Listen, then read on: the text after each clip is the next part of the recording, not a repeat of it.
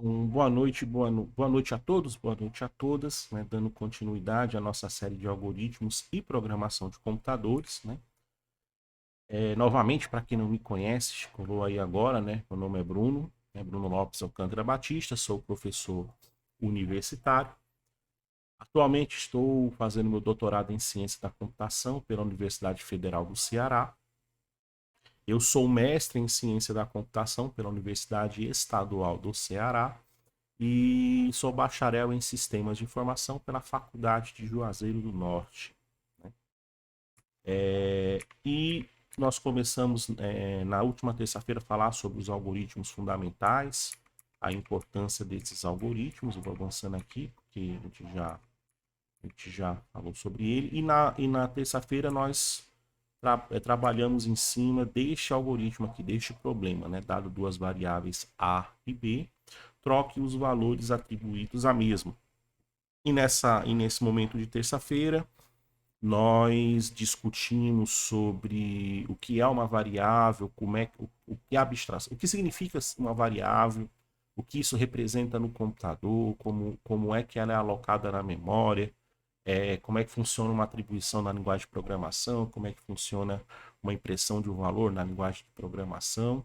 E discutimos todo o funcionamento básico de um computador, né, que ele tem a entrada, que ele manda para a CPU, que a CPU conversa com a memória para poder utilizar como área de espaço de trabalho, e após fazer a computação, ele fornece uma saída. Né?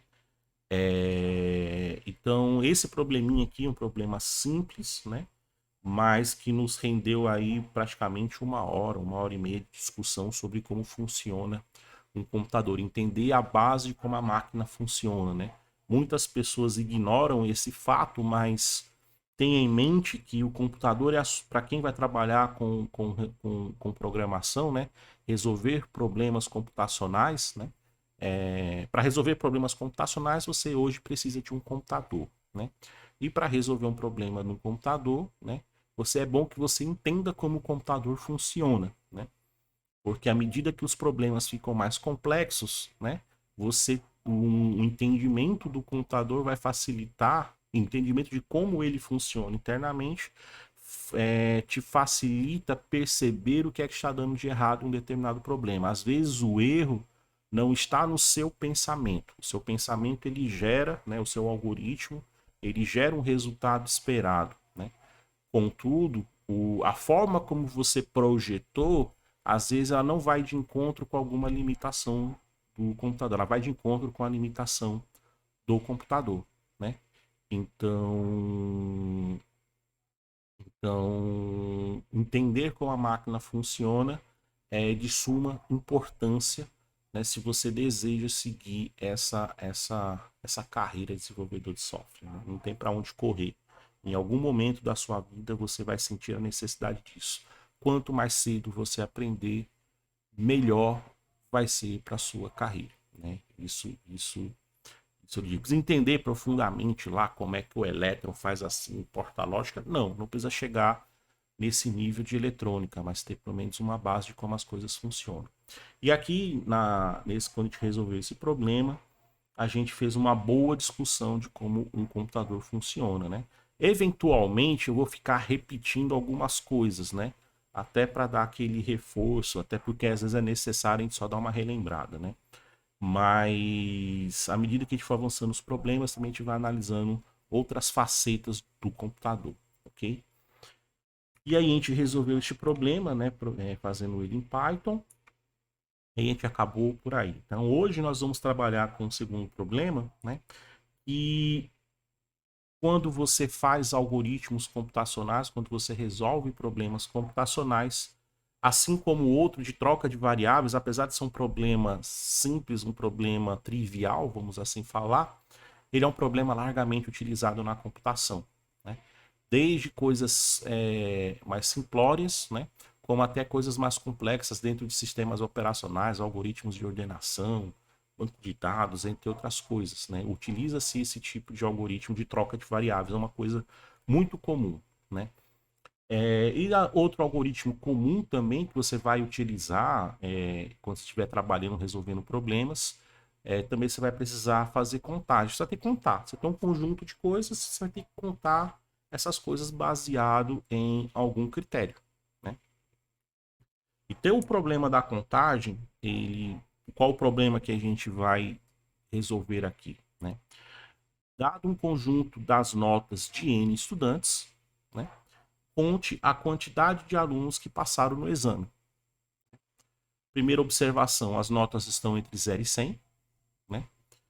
E a segunda observação, que a aprovação é conquistada com uma nota igual ou superior a 50. Então tá aqui, a gente vai receber um conjunto de notas, né? Que vai receber, vamos lá, eu tenho 10 estudantes, então eu teria 10 notas. Se eu tivesse 20 estudantes, eu vou ter 20 notas. Se eu tenho N estudantes, eu tenho N notas. E dado essas notas, se eu passar essas notas de alguma forma para o computador, né? Juntamente com o algoritmo para poder operar em cima dessas notas, baseado em um critério, né? Ele vai ter que me dizer quem passou e quem não passou. E o critério é justamente o valor daquela nota ele ser maior ou igual a 50. Né? É um probleminha simples também para quem já tem experiência na resolução de problemas computacionais, na escrita de algoritmos, mas também aqui a gente vai compreender algumas coisas, um pouco a mais, algumas que eu até ignorei na terça, vou me aprofundar mais hoje, né? E vamos aprender algumas coisas novas, né? Mecanismos de contagem, como falei, são frequentemente utilizados, né? Praticamente todo... Opa, Francisco Aguiar, boa noite. Praticamente muitas vezes na sua vida, em diversos contextos, vai ser necessário você contar, fazer um algoritmo que conta, né? E geralmente, quando você vai fazer contagem, você tem que ter em mente o seguinte: você vai ter, se eu for contar alguma coisa, eu tenho que ter um conjunto de coisas para contar, né? Você não conta do nada, você não conta 0 objetos. Você até conta que dá 0, né? Mas você vai ter geralmente um conjunto não vazio, né, de elementos, né, para poder contar. Né? E esses elementos, né, eles possuem uma propriedade, né, esses elementos eles têm uma propriedade que ela vai satisfazer uma condição em particular. Por exemplo, se eu te der um conjunto de números, né, 20, 30, 40, 50, 60, te dou esses números assim, sem dizer nada. Tá aqui, ó, toma aqui esse conjunto de números, 10, 20, 30, 40, 50. O que esses números representam? A princípio, são só números. Eles não têm nenhuma propriedade particular que façam sentido no mundo real. Mas no momento que eu digo que esses números são notas, né, e que eles têm a propriedade notas, né, então significa que esses números têm um significado, né? Eles têm um significado. E quando você fala, olha, o aluno para conseguir uma aprovação na disciplina ele precisa ter uma nota satisfatória, né? Você está colocando uma condição. O que é uma nota satisfatória? Defina-me o que é uma nota satisfatória. Né? Então essa é a condição particular da nota que é necessária para você poder fazer a contagem. Né? Então, quando você tem um conjunto de elementos, esses elementos possuem uma propriedade definida, é possível você criar uma condição, né, lógico, em cima dessa propriedade, para você classificar ou diferenciar os elementos. Né? Na computação, acho que aqui é o último slide. Só antes no último slide não, mas tudo bem. Na computação, quando nós falamos de condição, né? Quando nós falamos de condição, isso vai nos remeter, geralmente, né, a uma ferramenta matemática que nós chamamos de lógica booleana.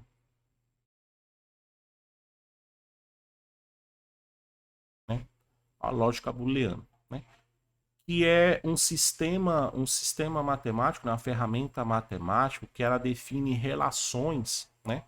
entre afirmações verdadeiras ou afirmações falsas, né?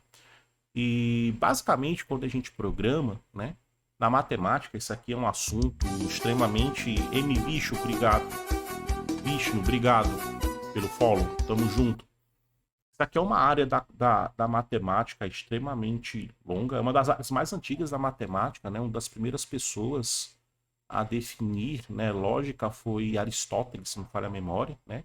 Lá na Grécia Antiga, não sei quantos séculos antes de Cristo, né? Então é um dos ramos da matemática. Na verdade, a lógica, né? Aristóteles criou a lógica, né, como a forma de organizar o pensamento, né, a oratória, né, para você poder falar corretamente, você poder fazer construções linguísticas para você persuadir pessoas, mostrar o seu ponto de vista e etc. Né? Então ele tentou representar matematicamente a forma como nós pensamos, né? Como nós fazemos as afirmações, as negações, as implicações e etc. Então já é uma área de estudo bem antiga na matemática e ainda hoje ela é muito estudada, tem vários desdobramentos, tem vários tipos. A gente só conhece mais a lógica booleana, né, porque ela foi organizada, né? Agora esqueci não sei o que, Boole, agora esqueci o primeiro nome do matemático, ele organizou, ele formalizou, né? Bem bonitinho, criou um corpo formal, bonitinho na matemática, uma linguagem formal de escrita disso, né? Mas é uma coisa que ela é utilizada há muito tempo na matemática e também existe os seus desdobramentos, né? Então a lógica booleana, mais especificamente, a gente vai trabalhar aqui que nós chamamos de lógica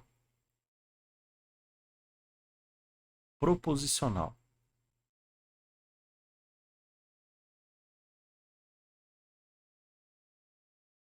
Lógica proposicional. Isso aqui é o nome que você vai procurar nos livros e que você vai encontrar, né? E como é que funciona a lógica proposicional? Basicamente, vou dar uma explicação assim superficial, mas que vai servir aqui para o nosso entendimento. Geralmente nós vamos ter aqui duas afirmações, né? Duas proposições, por isso que o nome é lógica proposicional.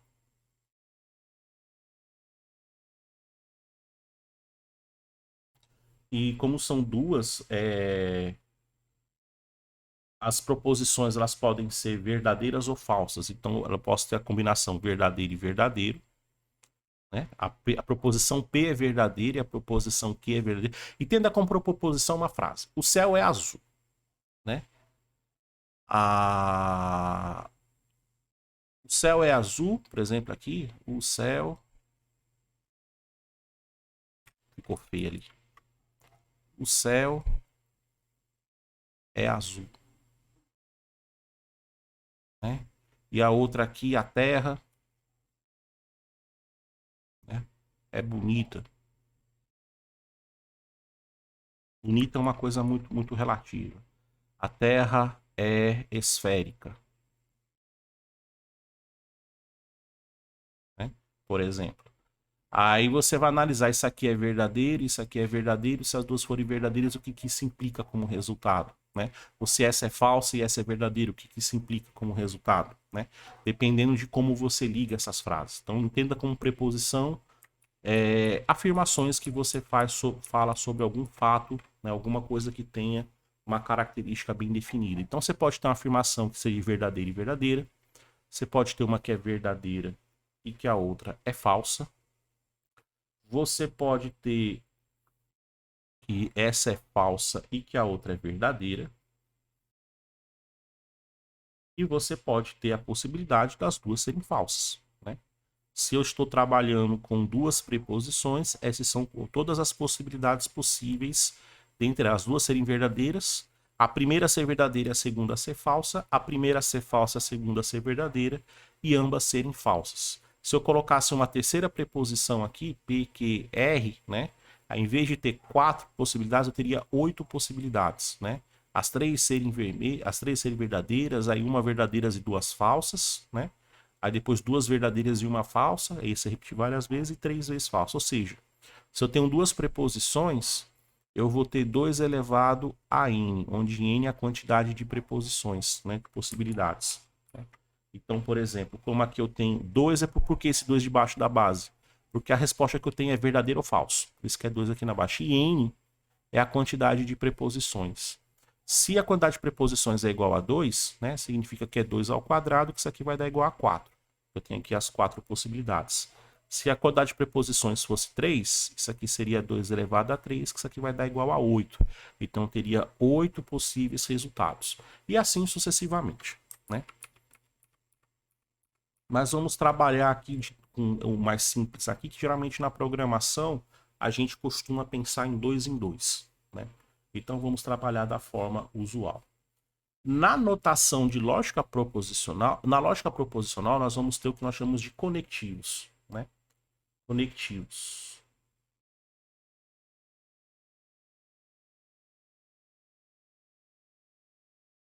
Os principais conectivos que nós vamos ter vai ser o conectivo o I, né?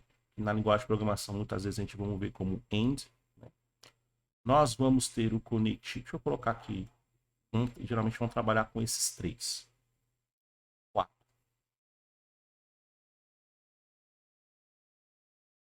Nós temos o OU, e nós vamos ter lá o OR. Nós vamos ter aqui o OU exclusivo.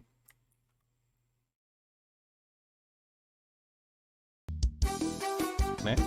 Ou na linguagem de programação, geralmente nós vamos ver SHOR. Joque, obrigado pelo follow, tamo junto. Né? E nós vamos ter aqui a negação. Né? E vai ser o nosso NOT. Né? Então, geralmente, nós vamos trabalhar com esses 4 conectivos. Né? O que seria o conectivo? Não tem as preposições, que são pequenas sentenças, né, que elas afirmam. Exatamente, Joking, exatamente.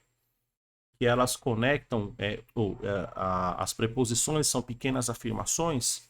Aí eu tenho 2 preposições, aí eu vou conectar essas duas preposições utilizando esse conectivo. Eu posso falar: o céu é azul e está chovendo. Ou o céu é azul ou está chovendo, né? Ou o céu não é azul ou não está chovendo. Então a gente vai conectar a frase utilizando esses conectivos. E para cada conectivo desse, nós vamos ter aqui um resultado, né, esperado por isso aqui. Então, por exemplo, o I, esse conectivo I, geralmente nós vamos representar na matemática com este símbolo circunflexo, né? O circunflexo. Isso aqui representa o I. Lá na programação, isso aqui é com 2 S comerciais. Representa geralmente assim na programação, com 2 S comerciais. Geralmente, mas isso não é regra, né? Tem algumas linguagens de programação que vão utilizar a palavra end mesmo, né? Mas geralmente é representado por 2 S comerciais e na matemática é com esse símbolo aqui que é o... Você vai entender hoje, cara. Hoje você vai entender. Juro para você. Na matemática a gente representa aqui com este circunflexo. Ou seja, então quando nós temos uma preposição P e uma preposição Q, né? O que isso aqui quer dizer? Estou falando que, por exemplo, o céu é azul, né? E o dia está quente. Né? Para que isto seja verdadeiro, né? O céu é azul tem que ser uma afirmação verdadeira e o dia está quente também tem que ser uma afirmação verdadeira. Né? Se essas duas afirmações forem verdadeiras, dado o contexto aonde eu estou falando isso, obviamente, porque se eu falo isso aqui no Ceará, é verdadeiro 365 dias do ano. Né? Todo dia o céu está azul, não tem nenhuma nuvenzinha lá no céu, e todo dia o dia está quente. Né? Mas se eu for lá na Groenlândia, né, isso não é verdade. O céu pode até estar azul, mas não quer dizer que lá esteja quente. Né? Então tudo depende do contexto. Né? Entendam isso, né? Só porque eu coloquei uma frase, você fala, mas é falso, porque aqui onde eu moro não é assim, ou porque eu acredito nisso, né? Tudo isso tem a ver com o contexto, né? Então eu tô falando aqui só para exemplificar. Cearense sofre, exatamente. Então então aqui nós analisamos, então quando dado o contexto, o P é verdadeiro e o Q é verdadeiro, o resultado desta análise nós chamamos que é o resultado desta operação lógica, ela resulta em verdadeiro. Né? Agora, no momento que uma dessas preposições, dessas proposições, elas forem falsas, ou se ambas forem falsas, o resultado lógico disso tudo é falso. Né? Então, quando nós pegamos duas proposições e conectamos elas utilizando o conectivo e, né? Se a primeira é verdadeira e a segunda é verdadeira, como resultado lógico, eu vou obter verdadeiro. Desculpa. Para qualquer outra combinação de verdadeiro ou falso entre as duas proposições ou as duas sendo falsas, o resultado lógico disso também é falso. Ok?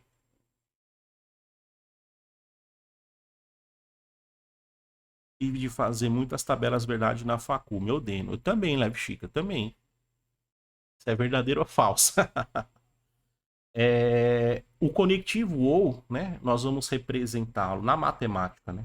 Na matemática, ele é representado como fosse aqui um Vzinho, é o inverso desse aqui, né? Como fosse um Vzinho, né?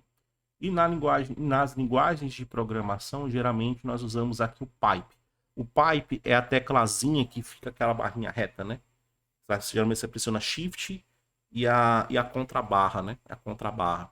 Que aí fica o pipe, que é a parte retinha.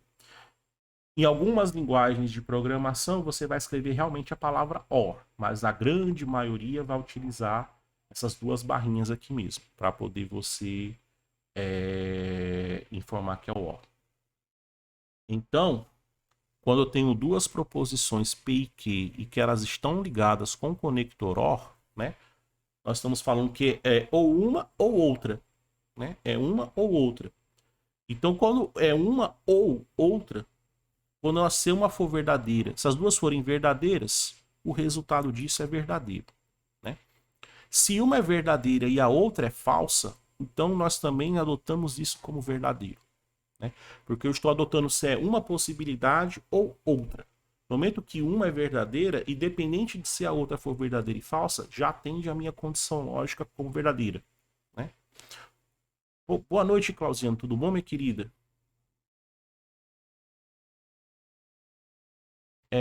E se as duas forem falsas nesse contexto aqui, né?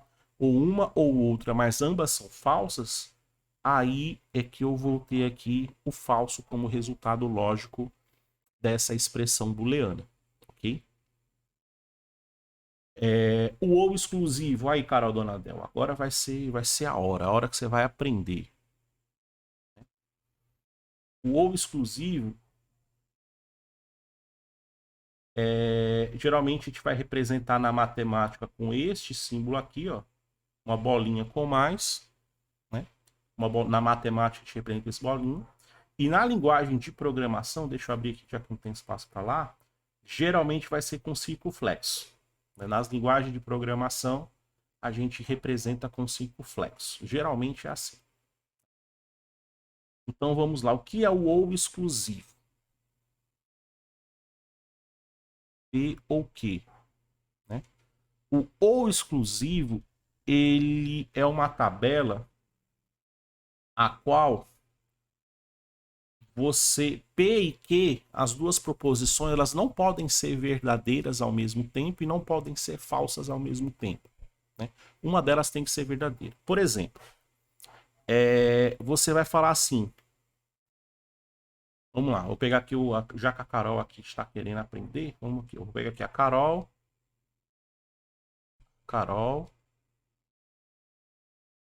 até fazer assim, a Carol, Donadel, está em São Paulo. Tô colocando aqui, Carol, São Paulo só por exemplo, tá certo? A Carol, Donadel, está no Paraná.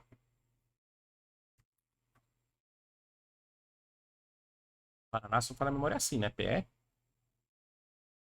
É.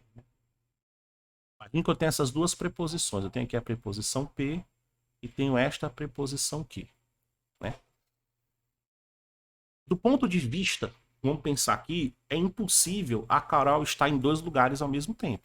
Ela não pode estar em São Paulo ao mesmo tempo que ela está no Paraná. Isso é impossível.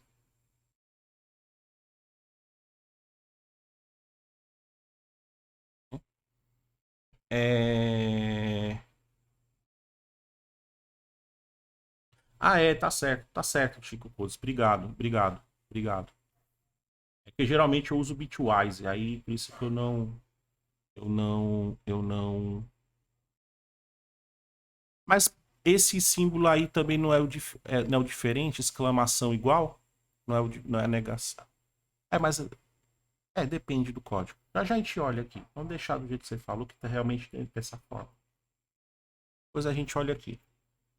Acho que aqui é diferente, né? Aqui é o diferente. Ah, sim, é verdade, é verdade, é verdade. Então vamos lá. Então aqui, Carol Donadel está em São Paulo. Né? Ela não pode estar em São Paulo e no Paraná ao mesmo tempo. Ou a Carol Donadel está em São Paulo, ou ela está no Paraná. Paraná, não é Paraná, é Paraná. Pará é o nosso querido Nário, né? Belém, Jesus de Belém. Não pode confundir as coisas aqui, não. Então, a Carol, ela ou está em São Paulo, ou ela está no Paraná, né? Mas ela não pode estar em nenhum dos dois lugares. Ela não pode desaparecer, ou ela está em um, ou ela está em outro. Então, ela não pode estar nos dois e não pode estar ausente, entendeu? Porque a Carol, mas ela não está em um dos dois lugares, né? Mas vamos pensar que só tem essas duas possibilidades, Pokémon. Né? A grande questão de entender o ou exclusivo é a gente simplificar o contexto. Só existe essas duas possibilidades para a Carol estar. Ou ela está em um ou ela está em outro. Né? O fato dela não estar na vida real é só questão de exemplo. Né? Mas você só tem que entender o seguinte, né? Quando você trabalha com o exclusivo, você tem duas possibilidades. Ou tem que estar em um ou tem que estar em outro. Ele não pode estar nos dois ao mesmo tempo, mas não pode estar ausente dos dois ao mesmo tempo. Ela está na Twitch. Ah, sim. Não é que eu coloquei Paraná e São Paulo como exemplo. Eu falei aqui no começo, não falei que isso representa a vida real. Aqui eu coloquei só como exemplo. Né? Então eu só coloquei como exemplo. É justamente para preservar os dados aí da Carol, né? Vai, né? Vai, né? Eu ganho ban aqui, eu ganho ban aqui gratuito, né? Então eu já coloquei aqui o separado, já coloquei separado aqui que é para não botar, já para não ter problema, né? Eu sei que a Carol não mora em nenhum desses dois estados, mas é só para ter, só para não ter problema. Então, neste caso aqui, ou a Carol está nesse caso aqui, ou ela está aqui, ela não pode estar nos dois. Então, se os dois forem verdadeiros, os dois não podem ser verdadeiros, porque é fisicamente impossível se estar em dois lugares ao mesmo tempo. E também não pode ser falso, porque eu tenho que estar em um dos dois lugares. Né? Ou eu estou aqui, ou eu estou aqui. Não tem como estar nos dois e não tem como eu não estar em nenhum dos dois. Né? E nesses outros casos, onde um é verdadeiro e o outro é falso, aí é que eu tenho o resultado verdadeiro. O único indivíduo onipresente é Deus. Então, se não sendo Deus, não tem como. Ficou claro, Carol?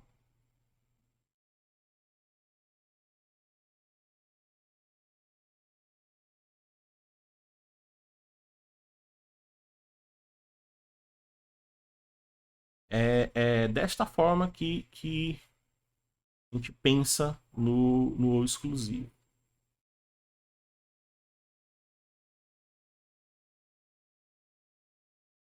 Só te terminar essa aqui. E a última ali, que é a negação, né?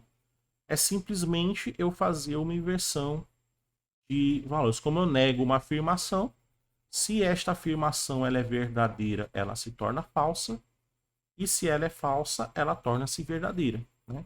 Eu pego o sentido lógico desta afirmação e, e inverto o valor dela. Então, por exemplo, geralmente aqui a negação, o not, né? A matemática, eu não me lembro qual é o símbolo, mas na programação a gente vai utilizar o exclamação. Né? Na matemática, o não. Ah, é o tio. O tio na matemática. Né? Então, se eu coloco aqui, por exemplo, não P, né? Se o valor de P aqui, ele é verdadeiro, aqui, ó, P é o verdadeiro, ele fica falso, falso, verdadeiro e verdadeiro, né? Então, o não, ele só simplesmente inverte um valor verdadeiro, né, para falso e um valor falso para verdadeiro, né? Só faz a inversão do valor lógico. E o engraçado, quando você estuda, né, mais aprofundadamente lógica booleana, né, você aprende que para você fazer essas operações e as outras que tem, você vai ter as leis de De Morgan, vai ter aqui as tautologias, uma série de coisas, você aprende que para você trabalhar com lógica proposicional, você precisa de uma dessas duas operações, ou a porta AND ou a porta OR, tanto faz, uma das duas, e a negação. Se você pegar a porta AND, por exemplo, e a negação, só com esses dois conectivos lógicos, eu consigo gerar todos os outros, né?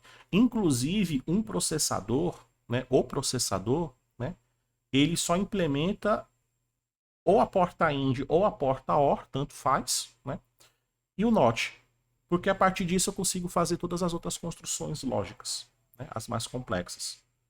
Então, quando os matemáticos chegaram a essa conclusão, né? Eu só com isso aqui, só com esse pequeno conjunto de operadores lógicos, eu consigo construir todos os outros operadores que eu necessito. Olha, isso aqui tá muito bom, isso aqui tá Opa, bom Yuki, demais. obrigado aí pelo Prime, meu querido. Tamo junto. Valeu, valeu. Valeu. Valeu, valeu, Yuki. Brigadão, cara. Brigadão. Certo? Por que eu comecei a falar aqui sobre essa parte de lógica, né? Principalmente esses conectores? Porque quando a gente fala em condição, a gente vai determinar, né, uma característica, né? A gente vai apontar uma característica que ela vai simplesmente recair, né, em alguns desses conectores, né? Isso aqui quando a gente vai utilizar duas ou mais proposições. E outra coisa também que nós vamos ter na linguagem, quando a gente vai escrever algoritmos e vai escrever também um programa de computador, são os operadores que nós chamamos de operadores relacionais.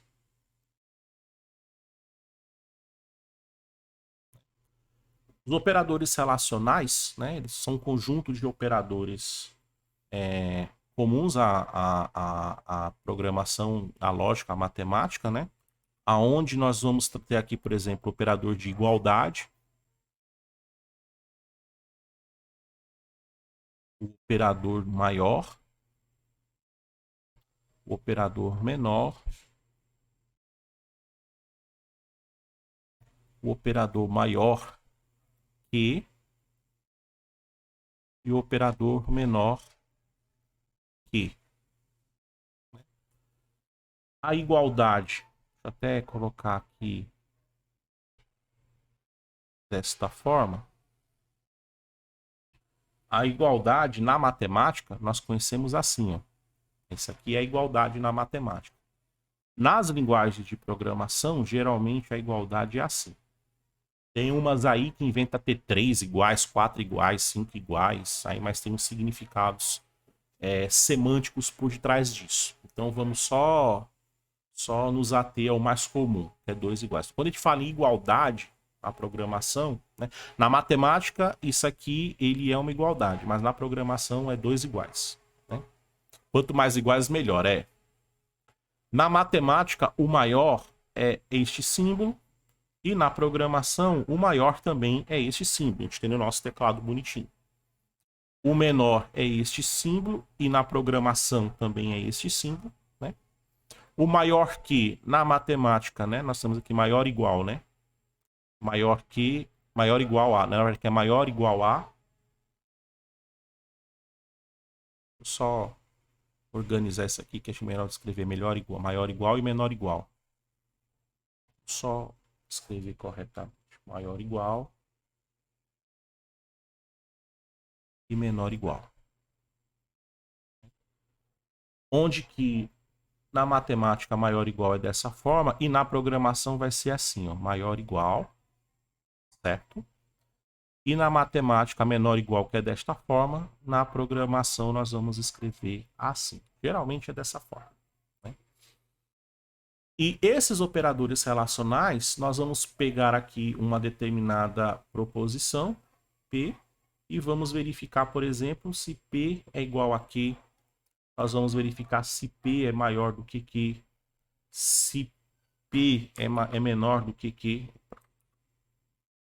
é menor do que Q, né? Se P é maior ou igual a Q e se P é menor ou igual a Q, né? E independente de forma que a gente utilizar isso aqui, nós vamos ter dois resultados. Isso aqui ele pode ser verdadeiro.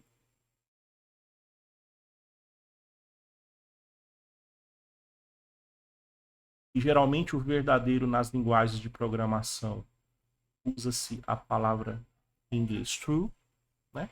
Ou ele vai poder ser falso. Geralmente nas linguagens de programação vamos utilizar a palavra false, certo? Então todos esses operadores relacionais, eles sempre vão retornar, né, verdadeiro, se isso aqui for verdade, ou falso, se isso aqui for uma falsidade. E podemos, por exemplo, construir, né, algumas coisas mais complexas, como por exemplo, P ele é igual a Q, né? E fazer aqui um AND, fazer como se fosse o símbolo mesmo, programação. Meu é comercial é muito lindo. Oi, oi, ficou melhor. E P maior do que 10, né? Veja que aqui, ó, eu tenho uma expressão mais complexa, né? Eu avalio isso aqui, que pode ser verdadeiro ou falso. Eu avalio isso aqui, que pode ser verdadeiro ou falso, né? E eu pego este resultado verdadeiro e falso e aplico aqui na porta AND, né? Na porta I. E aí esse verdadeiro ou falso daqui ou verdadeiro ou falso daqui, a gente olha essa tabela que eu havia mostrado aqui em cima, né? Então a gente começa aqui, começar a montar expressões, né? Onde nós vamos avaliar uma determinada condição, né? Dado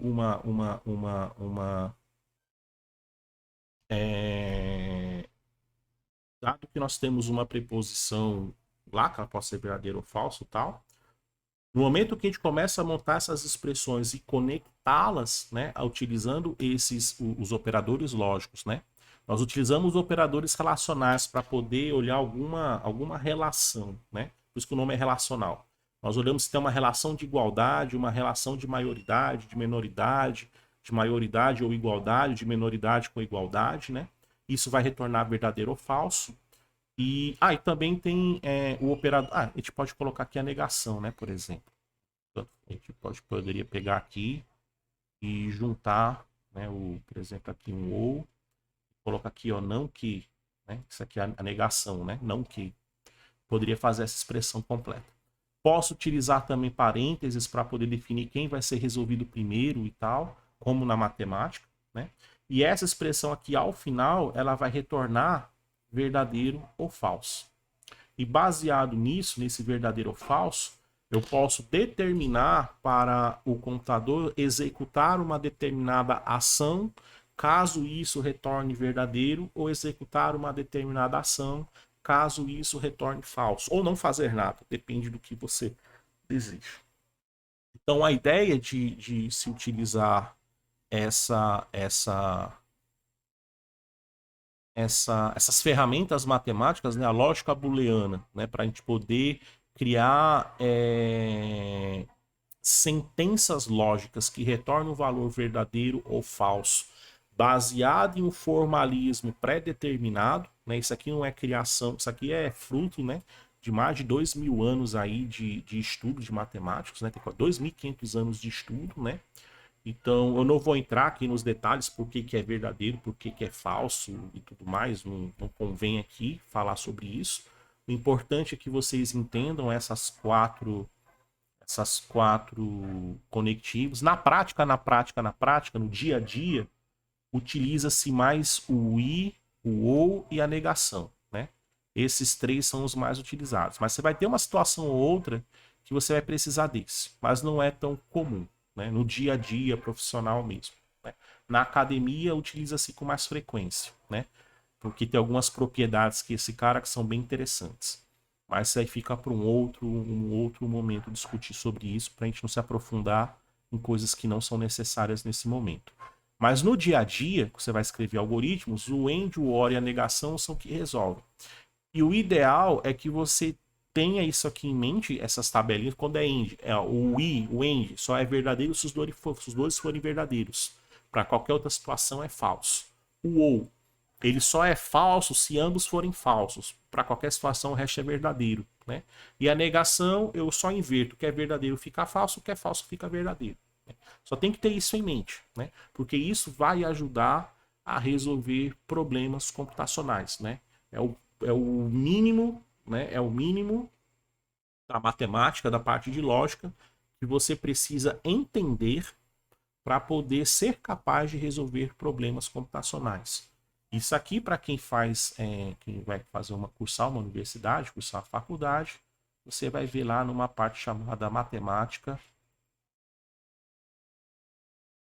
discreta. Isso se for fazer uma graduação voltada à computação, ciência da computação, ADS, sistema de informação, direito de computação, e aí vai. Se for na faculdade de matemática, você vai ter uma disciplina específica de lógica. Porque aqui na matemática discreta, geralmente você vai ver lógica booleana, conjuntos e métodos de contagem, né? Geralmente, numa graduação de matemática, você vai ver essas coisas em disciplinas separadas, o que vai dar um aprofundamento bem maior, né? Não é comum. Engenharia de software também tem. Engenharia de software.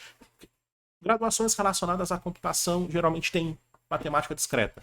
A matemática é que vai ter isso aí separado, porque você vai dar um aprofundamento bem maior. Na computação a gente não precisa. Os matemáticos já provaram, já mostraram que está certo. A gente só tem que pegar isso aqui e utilizar para resolver problemas, né? Não é problema nosso provar essas coisas que os matemáticos já provaram. Eles já quebraram a cabeça por 2.500 anos fazendo isso, para que eu vou quebrar mais? Se eles disseram que está certo, só pego isso e aplico. Essa é a filosofia que eu utilizo. Bugamente, mas é questão de prática. Questão de prática. Já tem os axiomas, estamos safe, exatamente. Vamos lá. Os caras estão dizendo que está certo, quem sou eu? Quem sou eu, né? E os operadores relacionais que eles vão dar uma relação uma relação de se é verdadeiro ou é falso, uma relação de igualdade, de maioridade, minoridade, assim vai. E quando eu junto essas duas ferramentas, as relações, né? Isso aqui também vem da matemática, essas relações aqui, né? Ela vem da matemática, né? Com os operadores lógicos, eu tenho uma linguagem formal, né? Que eu posso facilmente traduzir para um computador para ele poder fazer comparações. E basicamente, quando nós comparamos coisas no mundo real, nós utilizamos lógica matemática para fazer comparações com esses mesmos operadores, né?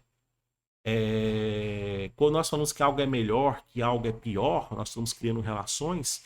Se nós colocássemos esse melhor em termos numéricos, ser melhor é ter um valor maior do que o outro, né? O ser pior é ter um valor menor do que o outro, né? Só que nós, seres humanos, trabalhamos de forma mais abstrata ainda, porque o que é o conceito de melhor? Né? O conceito de melhor, dependendo do contexto que você esteja trabalhando, ele mude. Mas nós temos muito claro na cabeça o que é o contexto de melhor, o contexto de pior.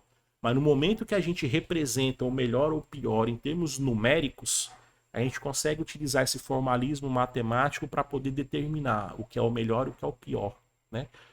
Então, tudo na nossa vida, né, cotidiana, a gente utiliza isso aqui de forma natural, né?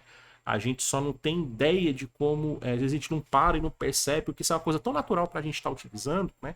Que às vezes a gente não percebe que a gente utiliza isso aqui constantemente, né? Mas no momento que você percebe isso, fica até mais fácil de você pensar, entendeu?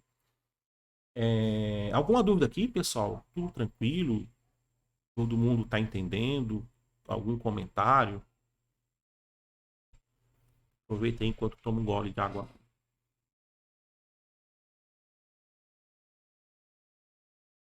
Tudo show?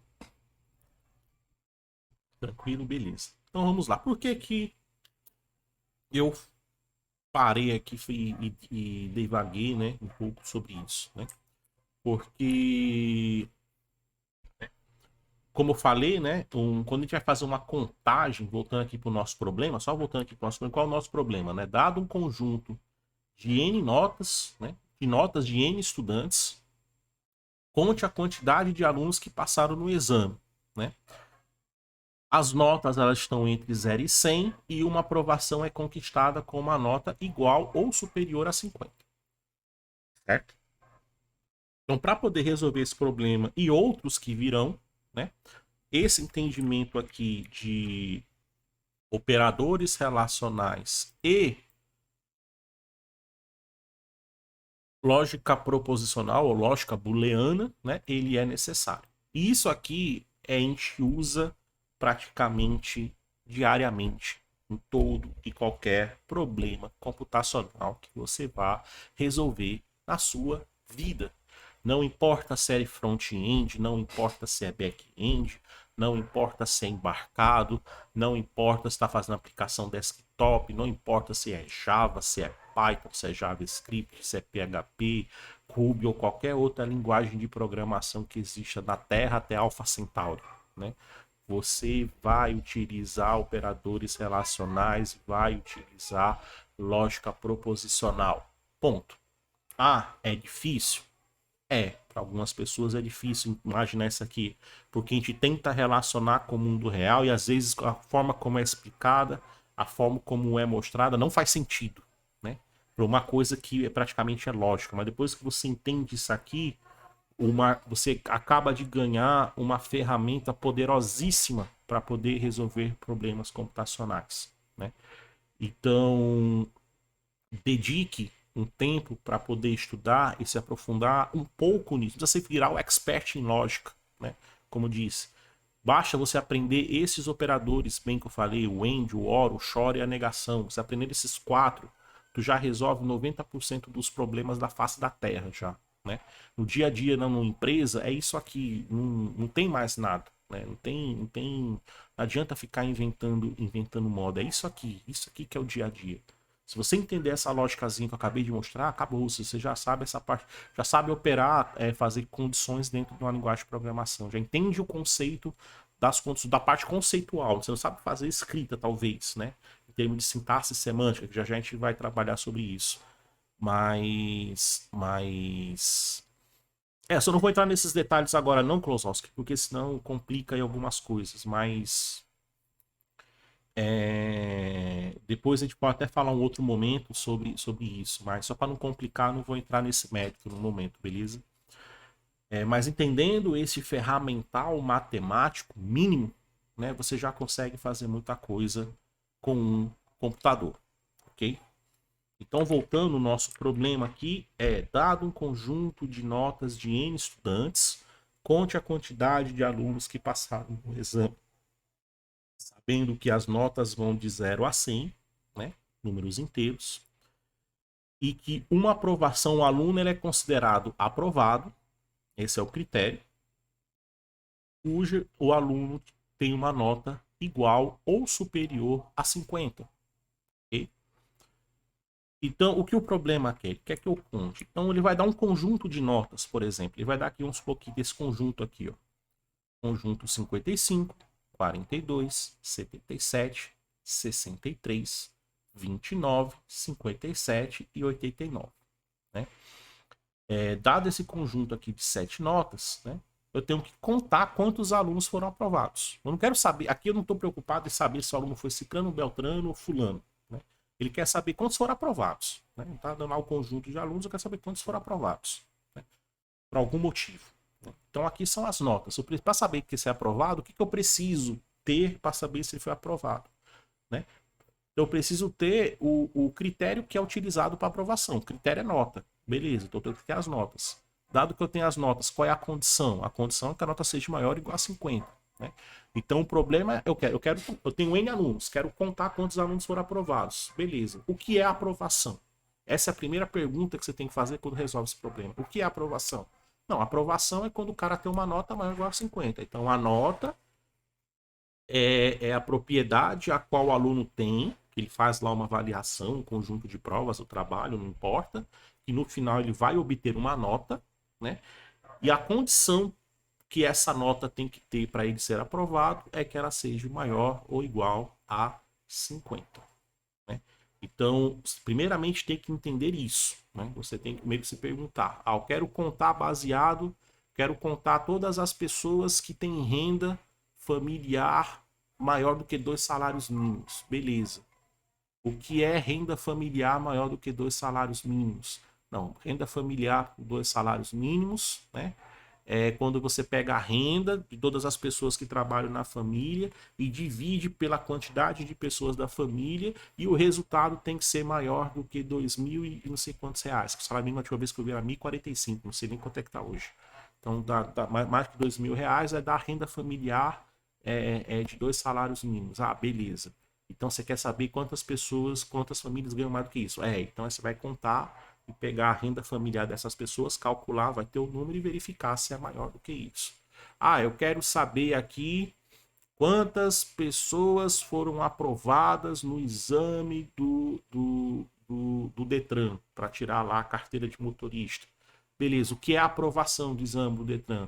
Não, é ele ter passado lá no psicotécnico, ter passado nisso, ter passado naquilo.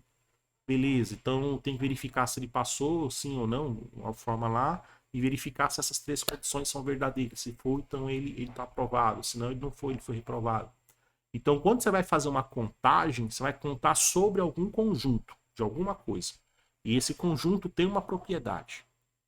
Para dizer se tem a propriedade. Baseado nessa propriedade, é que você vai aplicar uma condição para saber se ela é verdadeira ou se ela é falsa.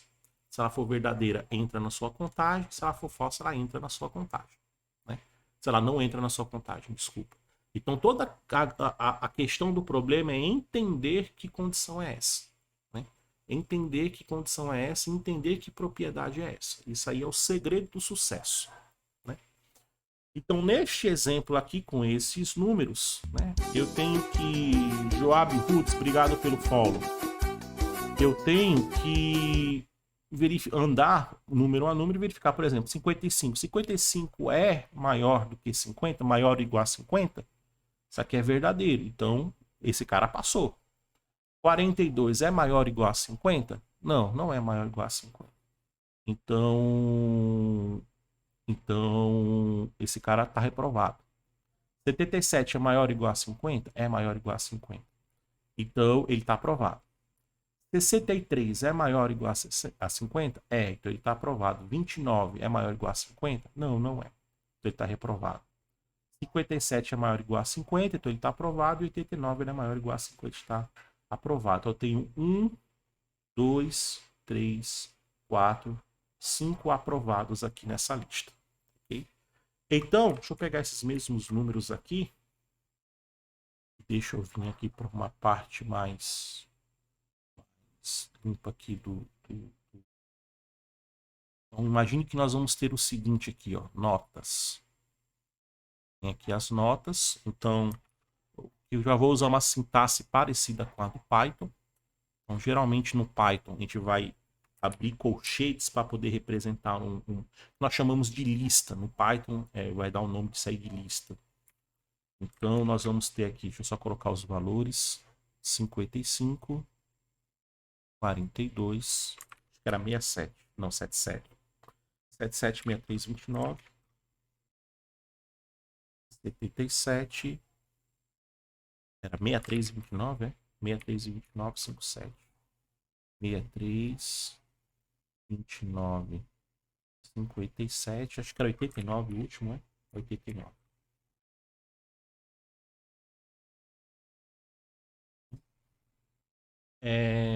Então aqui eu teria o meu conjunto de notas, né?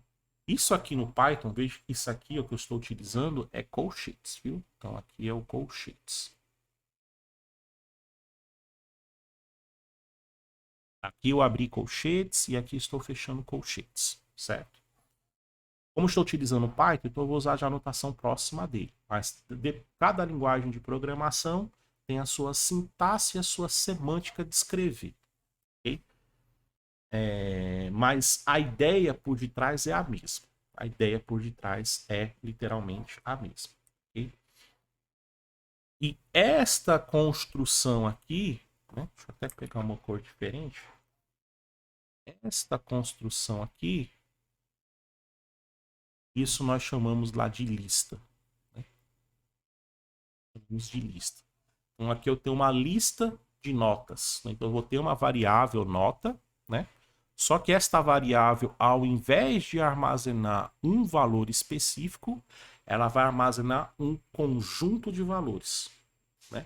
E este conjunto de valores, ele é representado por uma lista, onde eu abro aqui o colchetes, né? Coloco os valores separados por vírgula, né? Pocar, obrigado. Pocar, obrigado pelo follow. Tamo junto. Separados por vírgula. Lembrando que, por exemplo, aqui no Brasil, nós costumamos representar 5,65, né? Números decimais, a gente utiliza a vírgula, né? Como separador decimal, a vírgula. Na computação, nós vamos utilizar o sistema americano. 5,65. Nosso separador aqui vai ser o ponto. Então, o separador decimal na computação é ponto, não é vírgula, viu? Vírgula, geralmente, na computação, vamos utilizar para separar elementos, né? Para distinguir elementos, né? Mas separador decimal, quando nós trabalhamos com números, nós vamos utilizar o ponto. Só para deixar isso aqui destacado. Isso aqui é independente de linguagem. Até hoje, eu nunca vi uma linguagem de programação que use vírgula para separar. Você pode pedir para ele imprimir na tela com vírgula. Mas as contas matemáticas e tal, todas elas são feitas com ponto. Se tiver alguma, eu desconheço, né? Mas até onde eu sei, eu nunca vi uma linguagem de programação que utilize vírgula, né? Então, esta vírgula aqui é uma vírgula, eu estou usando só para separar. Então, eu tenho aqui um valor que é o 55, tenho um segundo valor que é o 42, eu tenho o terceiro valor que é o 77, aqui o quarto valor, o quinto valor, o sexto valor e o sétimo valor, certo? Para eu poder acessar estes valores, né, nós vamos utilizar aqui a seguinte notação. Então, por exemplo, vamos pegar aqui, ó, nota, né? Vou colocar aqui o colchetes, vou colocar aqui, por exemplo, 0. O que significa esse nota 0? Estou pegando o primeiro valor. Quando nós trabalhamos com listas ou com arrays em linguagem de programação, esses valores aqui, né, dispostos em um array, eles são o que nós chamamos de, eles são valores indexados. O que significa ter um valor indexado? Eles são referenciados por algum tipo de valor, né? Ou seja, quando você pega este valor, estou apontando para a primeira posição, quando é este valor é a segunda, quando é este valor é a terceira, e assim sucessivamente, né? No caso, geralmente, a grande maioria das linguagens de programação, mas isso não são todas, existem algumas que fogem essa regra. Quando nós temos uma lista ou um array, né, também que é conhecido, isso aqui nós vamos chamar como array. Quando você estiver estudando, geralmente o seu professor vai chamar como array, né? Começa-se com 0. Então, este primeiro elemento é o elemento 0, este elemento é o elemento 1, o 2, o 3, o 4, o 5 e o 6, né? Eu tenho 7 elementos, se eu contar aqui eu tenho 7 elementos, só que o primeiro elemento é o 0, o segundo é o 1, o terceiro é o 2, o quarto é o 3 e assim sucessivamente até o último. Geralmente esse último aqui, se eu tenho aqui o tamanho, se eu tenho 7, né? Geralmente o último elemento vai ser igual a 7 menos 1, né? Isso aqui é igual a 6. Então, se você quer saber a posição do último elemento, você pega o tamanho da lista, subtrai um elemento e você vai ter a posição do último elemento. Existem algumas funções na linguagem de programação que te retornam o tamanho da lista. Você não precisa saber a priori qual é o tamanho, né? Mas se você souber, você já pode colocar. Caso contrário, pode usar essa função para poder a própria linguagem dizer, olha, essa lista tem tantos elementos. Mas já a gente fala sobre isso. Então, quando eu pego aqui nota 0, o que eu estou referenciando aqui é o elemento aqui na posição 0. Estou pegando aqui o 55. Se eu colocar aqui nota 4, né? Eu estou pegando aqui o elemento que está na posição 4, né? Que é o 29, ok? Mas por que, professor, que diabos o pessoal começa aqui com 0 e não começa com 1, né? Que é o mais comum, como a gente vê na matemática. Quando estuda matemática, né? Tudo começa do 1, né? E na programação tudo começa do 0, né? Isso aí vem... Opa, Cavarela, obrigado pela inscrição, minha querida. Valeu, valeu, valeu. Valeu demais pela inscrição. Tamo junto. Por que que começa do 0 e não começa do 1? Isso aqui é regra? Toda linguagem de programação começa do 0? Não. Existe algumas poucas que começam do 1, né? Mas a grande maioria começa do 0. Isso tem a ver muito da forma como você trabalha, né? Geralmente as linguagens de programação, né, elas são implementadas utilizando a linguagem de programação C e C++, né? E quando se trabalha com C e C++, a gente usa um conceito lá de ponteiro, né? Então o ponteiro, ele como o próprio nome diz, ele aponta para uma posição de memória. Boa noite, Cavarela. Tudo bom, minha querida? Tudo jóia. Então, quando nós temos aqui um ponteiro... Boa noite, mestre. Ele aponta para uma posição de memória, né? E quando nós temos uma lista, nós vamos ter um conjunto de posições de memórias agregadas umas às outras, né? Como o ponteiro ele tem um endereço de memória, né? O que que ele faz? Ele pega, por exemplo, eu quero acessar o primeiro elemento, ele pega o endereço de memória que está armazenado no ponteiro e vai para esse endereço de memória. Ah, eu quero pegar o segundo elemento. Ele pega o endereço de memória deste ponteiro e soma mais um. Eu vou colocar aqui, não necessariamente mais um, mas vou fazer dessa forma só para poder ficar mais claro. Ou seja, ele quer nessa posição de memória, ele andar mais uma posição, né? Se eu quero acessar o terceiro elemento, então aqui eu tenho que, para chegar no terceiro elemento, eu tenho que, a partir desta posição de memória, eu tenho que andar duas posições. Por isso que esse cara é 2. Por isso que aqui é 0, aqui é 1, aqui é 2, aqui é 3, aqui é 4, aqui é 5. Aqui eu estou dizendo quantas posições, a partir do ponteiro, eu tenho que andar na memória para chegar no elemento que eu quero.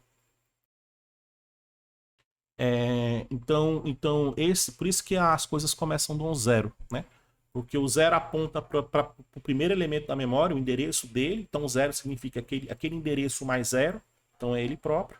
O 1 é aquele endereço mais 1. O 2 é aquele endereço mais 2. O 3 é aquele endereço mais 3. E assim sucessivamente. Não necessariamente, às vezes, é 1, é 2, é 3. Depende do tipo de dado que está sendo armazenado na memória. Mas eu não vou entrar nesse mérito aqui agora. Mas só para vocês terem uma ideia por que começa do 0 geralmente, né? É por conta desse fato. Os programadores que implementam as linguagens de programação, para facilitar a vida dele, faz dessa forma. E fica mais fácil para ele poder gerenciar as coisas. Ok? E quem está aprendendo, se vire para aprender. A verdade é essa. Então vamos lá. Então aqui eu vou ter uma lista com essas notas, né? E eu vou ter que analisar nota por nota para poder verificar se essas notas atendem os critérios, né? Então, como eu tenho aqui 7 notas, eu poderia fazer o seguinte, né? Eu poderia pegar, vamos pegar aqui, deixa eu só apagar isso aqui para fazer. Onde é que tem aqui um negócio para poder esse negócio? Ó.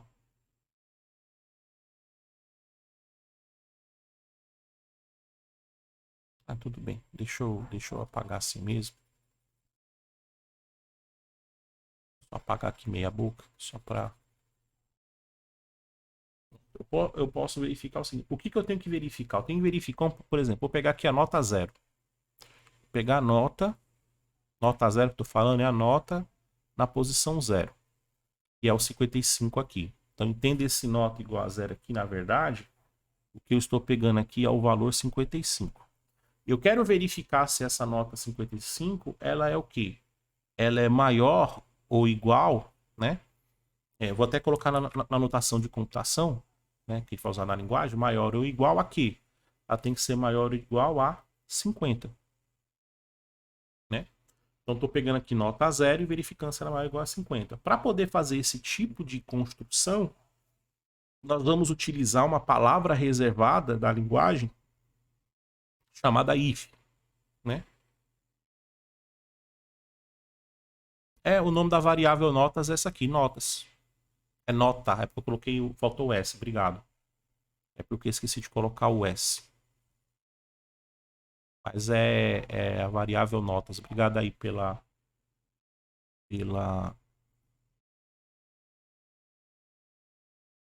Vou até pegar esse zero, eu vou colocar aqui outra cor, né?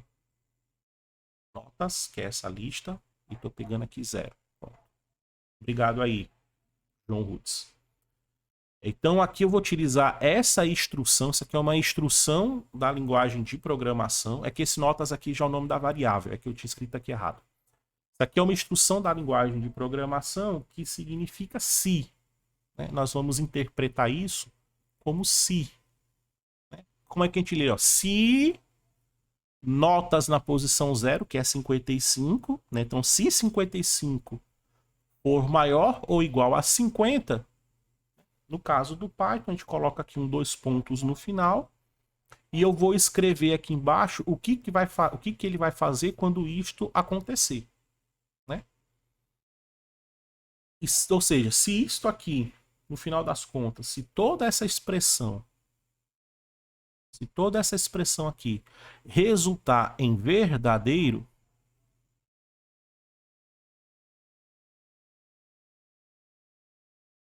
ele vai executar esse bloco de código que está logo abaixo aqui do if. Né? Ok? Vamos primeiro ficar com isso aqui, depois a gente analisa uma outra construção. Mas vamos só entender essa aqui primeiro, que é o que a gente vai precisar. Né? Então esse if aqui, essa palavra if, ela é utilizada em todas as linguagens de programação, né? Quase todas as linguagens de programação, existem algumas que é um pouquinho diferente, mas são muito poucas. A grande maioria delas você vai ter essa palavra reservada if, né?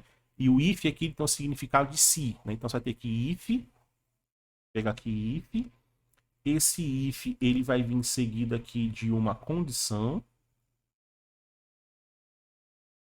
né? E no caso do Python aqui tem os dois pontos aqui no final e aqui você vai ter o que ele vai fazer se esta condição for verdadeira.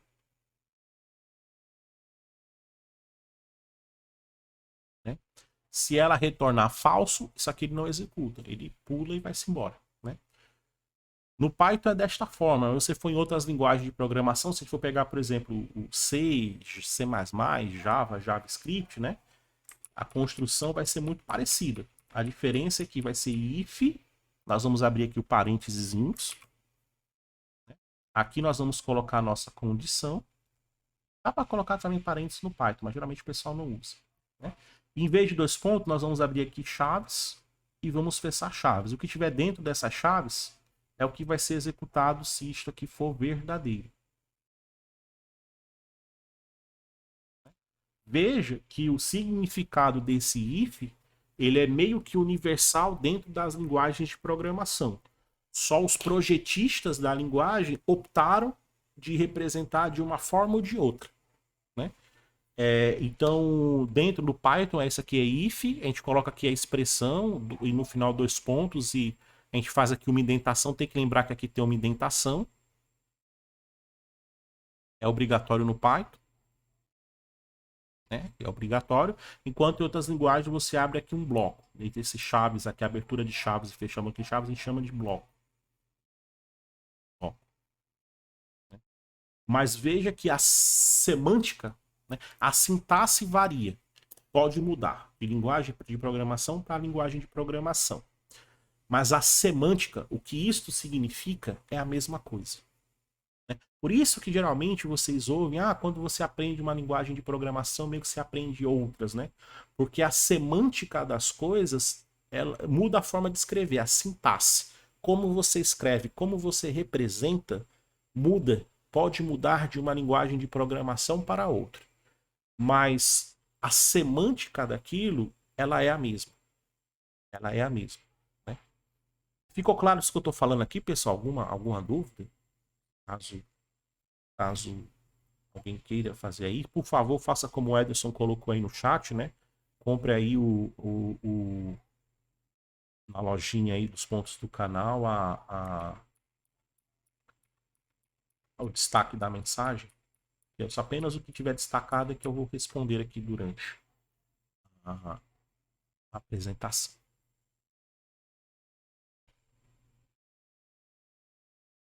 Claro, como água, beleza. Vamos lá. Então aqui, ó, por exemplo, já indo aqui para o nosso querido Python, pegando isso que a gente acabou de fazer, deixe-me pegar aqui Workspaces, Python.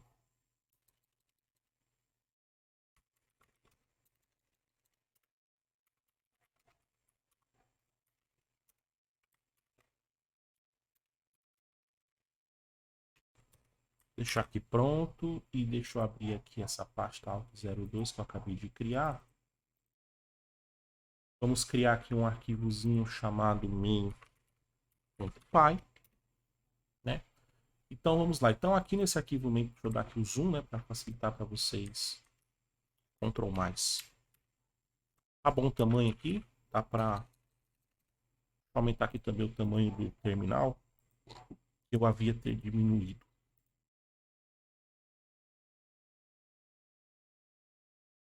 Tá bom aqui o tamanho. Tá dando para enxergar bem. Só me dê um feedback, por favor.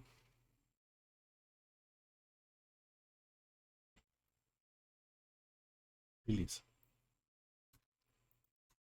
Então vamos lá. Então aqui, como eu falei, boa, massa. Então aqui, como eu falei, nós vamos criar aqui a nossa lista de notas, né? Cadê aqui? 554277, 55, 42, 77, 63, 29, 57. 63, 29, 57, 89. Vamos lá. 1, 2, 3, 4, 5, 6, 7. 1, 2, 3, 4, 5, 6, 7. Tá aqui. Os números que a gente pegou, que são os mesmos que estão aqui no slide.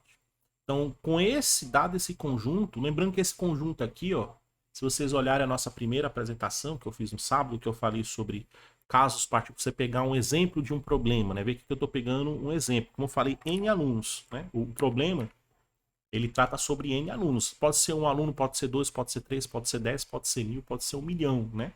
Mas o que eu estou trabalhando é com um caso particular. Né? Então, esse caso particular, estou trabalhando com 7 alunos, onde eu tenho 7 notas.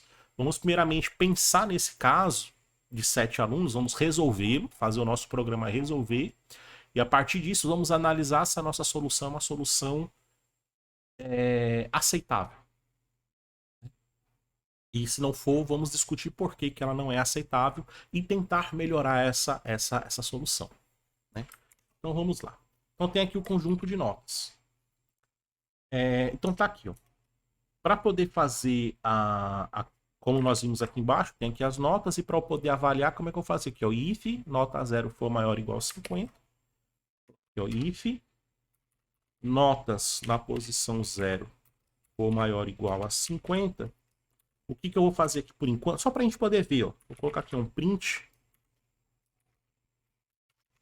Nota maior que 50. Só para a gente poder ver aqui. Print expliquei na aula anterior. Então, se isso aqui for verdadeiro, se essa expressão for verdadeira, ele vai imprimir isso aqui no console. Então, vamos lá. Se eu pegar aqui, ó, Python 3, main.py, ó, ele imprimiu, ó, nota maior do que 50. Se eu pegar aqui o 1, o 1 aqui está referenciando a quem? Ao 42. Se eu executar aqui, ó, ele não mostra nada. Por quê? Como isto aqui deu falso, ele simplesmente ignorou essa linha e continuou o programa. Como não existe mais nada aqui após o programa, ele simplesmente termina. Não tem mais o que fazer, ele termina o programa. Okay? E eu posso fazer essa avaliação aqui, ó, para cada uma dos valores. Né? Pegar aqui o valor 3. O 3 é o quarto valor. Ó. 0, 1, 2, 3. 63 é maior do que 50. Então, ele imprime aqui. O 4, que é o 29, vamos pegar aqui o 4, que é o 29. Ele não mostra nada, né? Porque nós pegamos aqui o valor 29. Beleza. Então, com isto aqui eu represento o conjunto de valores. Eu posso ter mais valores ou menos valores, tanto faz. E com isto aqui eu consigo verificar se uma determinada nota ela é maior, né, ou menor do que um determinado valor, ou igual, ou diferente. Enfim.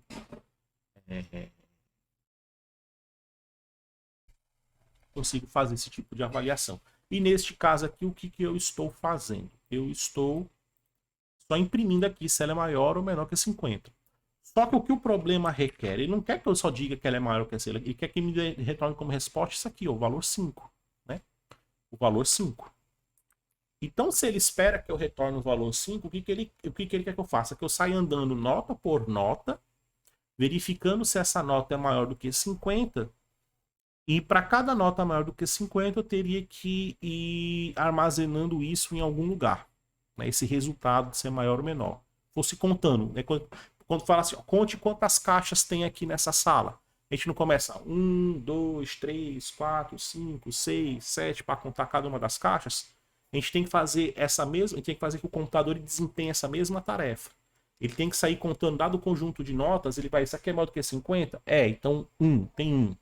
Isso aqui é maior do que 50? Não, então não faço nada, continua 1. Isso aqui é maior do que 50? Então é 2, que é o anterior mais 1. E assim sucessivamente. Então, para isso, quando a gente fala em contagem, que eu tenho que armazenar um valor, você fala, eu tenho que armazenar isso em algum lugar. Quando a gente fala em um problema computacional, armazenar é colocar isso em memória. E para colocar isso em memória, qual é a abstração que a gente utiliza na linguagem de programação? A gente utiliza uma abstração chamada variável. Então, eu tenho que criar uma variável, que como eu falei na terça-feira, no nosso último encontro, né? Uma variável nada mais é do que uma abstração de uma região de memória, né? Do computador, na qual você pode ler e escrever o conteúdo naquela região de memória. Né? Então, aqui eu vou criar uma variável chamada resultado. Né? E qual é o valor que eu vou colocar inicialmente nessa variável? Né? Vamos pensar aqui o problema. Vamos pensar aqui de acordo com o problema. Né? Qual é o pior resultado que pode acontecer com as notas? Imagina que eu tenho um conjunto de notas. O que é que pode acontecer? Qual é o pior resultado que pode acontecer?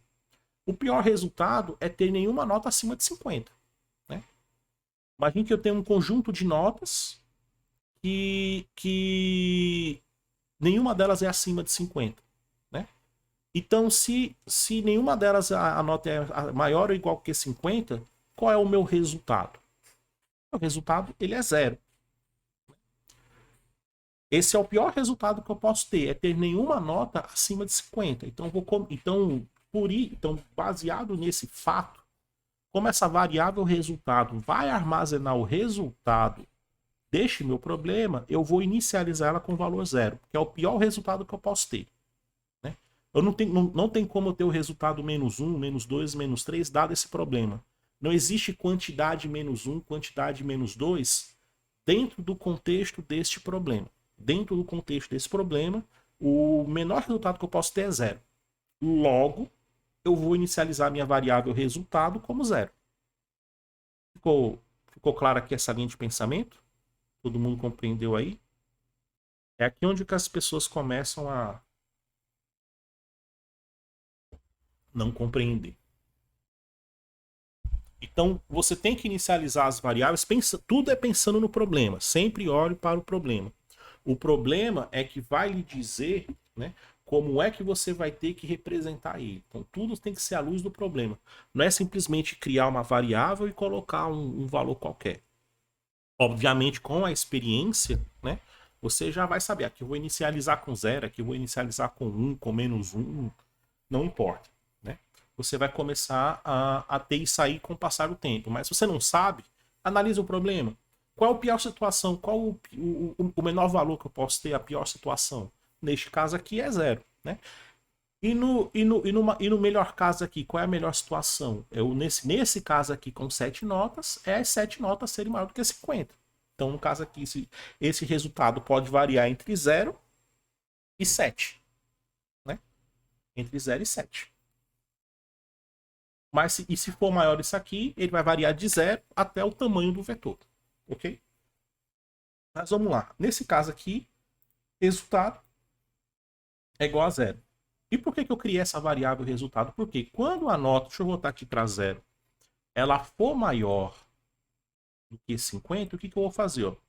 Resultado vai receber o próprio valor que está armazenado na variável resultado e vou somar uma unidade. Né?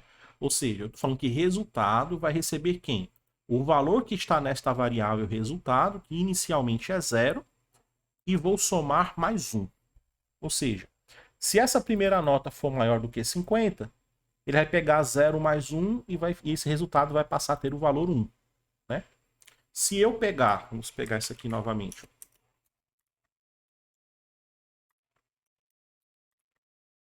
Vou deixar assim por enquanto. Aqui eu vou pegar, ó, 1, 2, 3. Vou fazer os demais logo. Só dei Ctrl C e Ctrl V aqui, viu?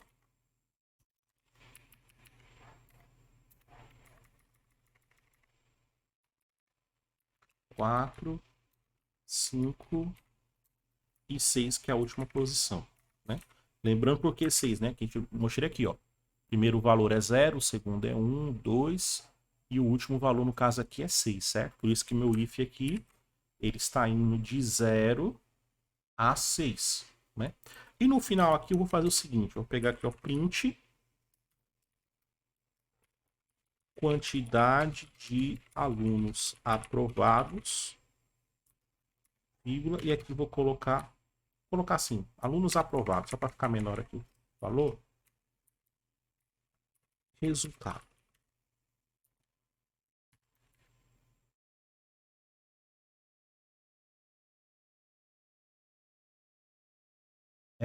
Então vamos lá. O que foi que eu acabei de fazer aqui? Eu peguei aqui, ó, tem as notas, o conjunto de notas. Peguei aqui o resultado. O meu resultado, pior situação, é 0. Então vamos colocar aqui. Eu estou avaliando, ó, primeira nota é maior ou igual que 50? Então eu vou pegar e somar um valor, uma unidade aqui. Essa nota aqui, a segunda nota, ela é maior ou igual a 50? Somo mais uma unidade. E vou testando uma por uma. A segunda, a terceira, a quarta, a quinta e a sexta. E ao final eu vou imprimir aqui, ó, alunos aprovados. E peço para ele imprimir aqui. Vai colocar esse texto, alunos aprovados. E vai imprimir aqui no resultado o valor dessa variável resultado após essas sucessivas somas. Né? Então, quando eu executo isso aqui, ó, o que nós vamos ter? Alunos aprovados, 5. Chegamos na solução esperada? Chegamos. Né? Tá aqui, ó. O algoritmo aqui, ó, tem 7 números. E a resposta esperada é 5. E faz todo sentido. Né? Porque este aqui é maior do que 50, 1. Este é maior do que 50, 2. Este é maior do que 50, 3. Este é maior do que 50, 4. E este é maior do que 50, maior ou igual, né? 50, 5. Né? Beleza. Funciona? Funciona. Atinge o objetivo esperado? Atinge o objetivo esperado. Agora, se eu passar uma quantidade de notas maior, ou seja, aqui eu trabalhei com 7. Se eu passar 70 notas, isso aqui dá certo? Isso aqui dá certo? Se aqui foi 7 notas, agora eu quero passar 70 notas. 100 notas. Isso aqui do jeito que está aqui posto, dá certo? Não, porque ele só conta quantas? Só vai contar as 7 primeiras. Para 100 notas, eu vou ter que sair repetindo isso aqui, ó, para cada uma das posições. Vai dar trabalho, vai dar trabalho. O computador se importa? Não, o computador não se importa. Né? Se você colocar esse monte de if aqui, um embaixo do outro, o computador executa, que é uma beleza. Né? Tibete, obrigado pelo follow. O computador executa aquela beleza sem reclamar. Ele vai fazendo. Agora, para você que está escrevendo código, que está escrevendo isso aqui, né? É usual? Vale a pena gastar esse tempo, ter todo esse esforço para você fazer isso? Né? Vale a pena você ter todo esse esforço para 100, 200? Imagine uma universidade. A universidade que eu trabalho, né? Ela tem mais de 10 mil alunos. Né? Imagine para eu ter que contar todos os alunos da Unifor, quantos passaram, né? Então, lá, sei lá, não sei se é 18 mil, é 20 mil alunos, uma coisa assim. Imagina eu ter que contar isso aí, 18 mil, ter que fazer 18 mil repetições dessa, né? E ainda tem outro detalhe. O que é que me garante que, vê que eu tenho que pegar aqui fazendo isso, ó, você vê que eu tive que dar Ctrl C, Ctrl V, por exemplo, se eu quisesse pegar aqui o próximo valor, eu tinha que dar aqui Ctrl C, dar aqui o Ctrl V e alterar isso aqui para 7, né? A chance de eu copiar e colar e esquecer de fazer essa mudança, né? De fazer essa mudança, ela é muito grande, né? Você na repetição aqui do processo repetitivo, pode acontecer de você esquecer de mudar e acontecer, por exemplo, do algoritmo dar uma resposta, sendo que a resposta correta é outra, né? Porque você errou. Ou ele dá um erro, né? Dependendo do que for. Por exemplo, se eu fizer isso aqui, ó, se eu colocar aqui, ó, para ele pegar a oitava posição. Eu tô colocando aqui notas igual a 7. Não existe essa posição 7, né? Isso aqui, ó, se eu fizer aqui, ó, por exemplo, ele vai dar um erro, né? Ele vai dar um erro. O que ele está falando aqui? Ó? O índice da lista está fora da faixa de valores. Por quê? Como eu tenho uma lista de 7 elementos, aqui vai 0, 1, 2, 3, 4, 5, 6. Não existe o elemento 7. O elemento na posição 7. Isso não existe. Aí ele deu esse erro. Quando acontece isso aqui, massa, porque ele não gera um resultado inválido. O problema é quando isso aqui acontece, por exemplo.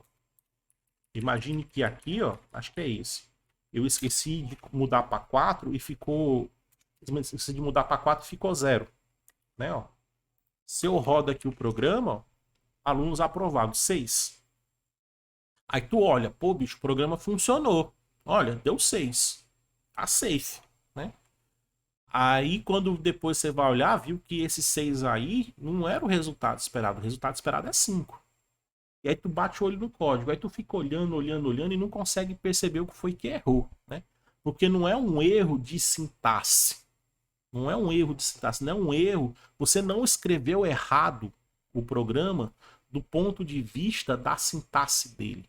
Você escreveu errado do ponto de semântica. Existe algum erro lógico, não é nem de semântica.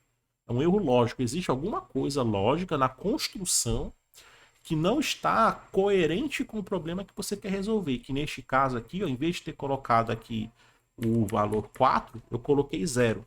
E quando acontece este tipo de erro, são os piores para você encontrar o que está ocorrendo, né? Então, este processo de copiar e colar dá certo? Dá certo. Vai funcionar? Vai funcionar. Mas qual é a chance de dar problema? Qual é a chance de dar erro? Qual é a chance de dar errado? Bem maior. É muito grande. É muito grande.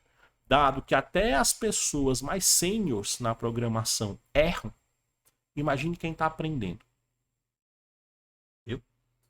Então, para evitar este trabalho, e veja aqui, ó, que este trecho de código, ele é exatamente igual a este, que é exatamente igual a este e exatamente igual aos demais, exceto por este valorzinho. Veja que aqui é 0, aqui é 1, aqui é 2, aqui é 3, aqui é 4, aqui é 5, aqui é 6. Né? Tirando este valor que está entre colchetes, o resto é tudo igual. Ou seja, eu estou repetindo o mesmo código N vezes, mudando apenas um único caractere nesse código. Né? E se eu esquecer de alterar esse caractere, lascou. Lascou toda a minha solução. Ok? Pensando nesse problema, pensando nessa situação, né, as linguagens de programação, elas vão te dar uma funcionalidade que nós chamamos de estrutura de repetição. O que a estrutura de repetição faz? Em vez de eu ter que escrever isso aqui N vezes, como eu escrevi, no caso aqui escrevi 7 vezes, em vez de ter que escrever isso aqui 7 vezes, eu vou escrever uma única vez, e isso ele vai repetir uma certa quantidade de vezes. Ok? No caso do Python, é aqui onde o Python é um pouco diferente das outras linguagens, mas já eu explico um pouco das outras. Eu vou apagar essas outras partes aqui, ó. Eu vou apagar essa parte aqui. Vamos ficar só com essa primeira. E vou fazer o seguinte, ó. No caso do Python, uma das estruturas de repetição, existe algumas, né? Geralmente são as linguagens de programação geralmente implementam 3. Mas tem algumas linguagens de programação, como por exemplo a linguagem de programação Go, Golang, né? Só existe uma, só que esta uma funciona de 2 formas, né? Então, isso geralmente as linguagens de programação vão ter 3 formas de fazer laço de repetição. Geralmente, mas isso não é sempre. Isso, como falei, depende de como o projetista da linguagem de programação ou os projetistas pensaram, né? No caso do Python, é dessa forma que eu vou escrever. Mas já eu mostro o exemplo aqui, por exemplo, em JavaScript ou em C mesmo. Faço aqui em C para vocês verem. Ruby tem umas 30. Não, aí vai, Renan, aí vai. Então vamos lá.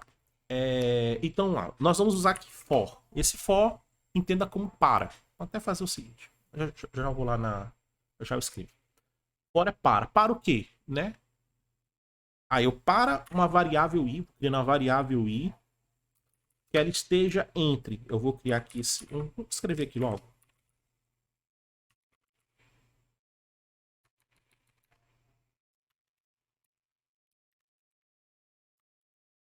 Vamos fazer isso aqui, ó. Vou colocar aqui, ó. Print i. O que é que tá acontecendo aqui, ó? Deixa eu pegar isso aqui, ó, e comentar por enquanto. Opa, eu apaguei. Vou apagar. E aqui não é notas, não, é notas. Né? Eu escrevi isso aqui. O que que isso faz? Vamos primeiro executar? Ó, quando eu executo isso aqui, ó, isso aqui está comentado, viu? Eu vejo que eu coloquei esses cerquilhas aqui na frente. Então, na hora que eu executar, isso aqui vai ser ignorado. Então, isso aqui ele não vai ser executado. Ele vai executar isso aqui, ó. Ok? Quando eu executo aqui, o que é que vai acontecer? Ó, que ele imprimiu, ó, 0, 1, 2, 3, 4, 5, 6. Como é que ele chegou a isso aqui? Esse for aqui significa para. Para. Né? Então, o que eu estou escrevendo aqui? Ó? Para a variável i. Né? Para a variável i. Esse i é uma variável que eu estou criando. Estou chamando ela de i. Esteja dentro de i. Esse range aqui, ele vai criar uma faixa de valores. Uma faixa de valores, né? Onde ele vai começar de 0. Ele começa de 0. Aí eu tenho que dizer, vai variar de 0 até quanto? Até quanto? De 0 até quanto? Né? Ele vai variar de 0 até esse len aqui, ele retorna o tamanho desse cara. Se eu pegar aqui, só para vocês verem, print len de notas, né? Deixa eu comentar esse cara aqui para vocês verem, comentar aqui, ó. Se eu executar, opa, tem que salvar, né? Se não salvar, não adianta nada. 7. O que significa esse 7? Que é aqui, ó, é a quantidade de elementos que está dentro dessa lista, cujo está representado pela variável notas. Né? Então, este len notas, ele está contando quantos elementos tem aqui dentro. Então, ele está me retornando, tem 7 elementos. E este range aqui, ele vai criar um conjunto de valores, como na matemática, do seguinte, então esse range, vou colocar assim, ó. Range, vou fazer aqui, ó, o len de notas, ele vai me dar como resultado o valor 7. Quando eu faço range len de notas, né? Isso aqui é a mesma coisa se estivesse fazendo range com o valor 7. Se len de notas é igual a 7, então eu posso tirar esse len de notas e colocar 7. Né? E isto aqui vai me dar como resultado um conjunto de valores entre 0 e 7. Né? Desta forma. Para quem não se lembra desse parênteses, desse colchete, quando nós colocamos um parênteses, essa aqui nós estamos definindo um conjunto de valores. Né? Uma faixa de valores. Uma faixa de valores que em inglês nós chamamos de range, certo? Este 0 é o valor inicial. E quando nós colocamos esse parênteses, ele significa que ele está incluso. Ele está incluso dentro da faixa de valores, ou seja, ele vai criar um conjunto de valores, que o primeiro valor é 0, aí 1, 2, 3, 4, 5, 6. Como aqui está com colchetes, ele vai estar aqui, ele está excluso. Ou seja, ele não entra na faixa de valores. Então ela termina bem aqui. Né? Então quando a gente trabalha com range, que a gente passa só esse valor aqui, entende-se o quê? Que ele vai criar uma faixa de 0 até 7. De 0 a 7. Só que este 7 aqui, ele não está dentro dessa faixa de valores. Ele é excluído, ele é um valor excluso. Né?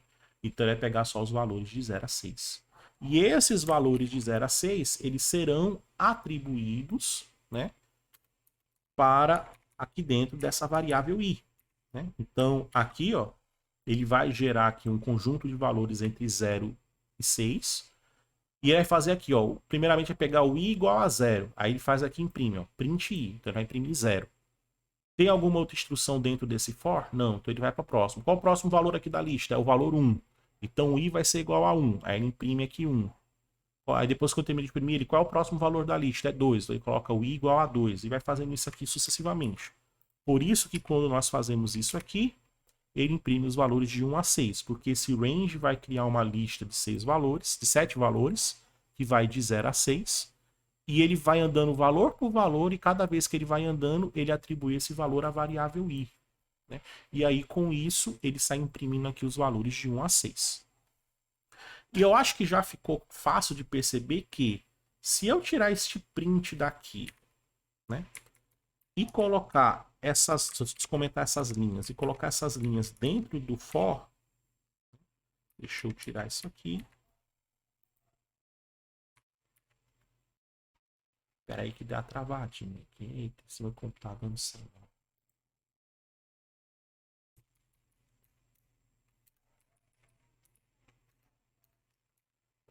Para ficar dentro do for, lembrando, o Python, ele entende isso aqui. Para dizer que esse if está dentro do for, você tem que dar esse recuo. Né? Tudo que tiver dentro, né, alinhado com este recuo aqui, ó, está dentro do for. E este resultado aqui, essa linha de resultado, está dentro do if. Tudo dentro do Python tem que obedecer esses recuos. Né? Principalmente quando tem esses dois pontos aqui que você abre um bloco, né? Você tem que recuar tudo aqui para poder entender. Então, ou seja, se o que tiver aqui, se colocar, por exemplo, aqui um print A, esse print aqui está no mesmo nível do if. Então, primeiramente aqui no for vai executar esse if, depois ele executa esse print.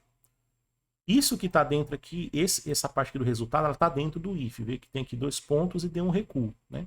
Se eu quisesse ter um print aqui dentro, eu teria que pegar, por exemplo, repetir esse cara e colocar um print B.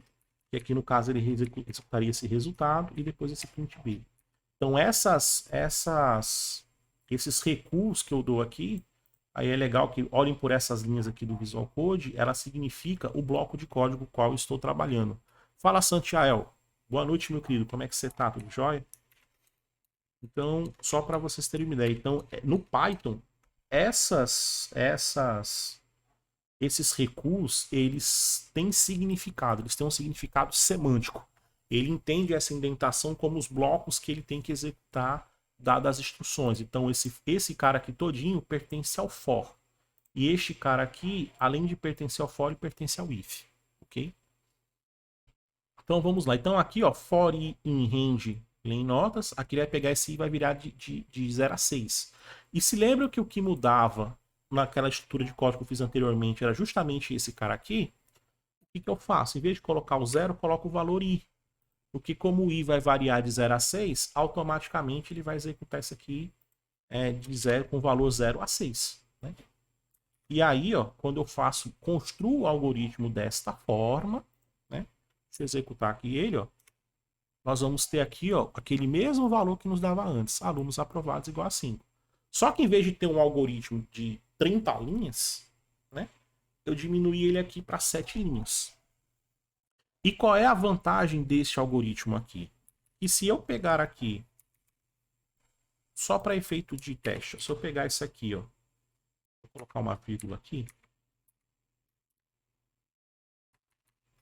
Se eu pegar isso aqui, opa, Ctrl Z, Ctrl C. Se eu der Ctrl V aqui, ó, eu dei aqui 5 vezes aqui, né? 5 vezes 7, 35, né? Não, 7 vezes 5, 35, exatamente. Então aqui é para dar 25, né?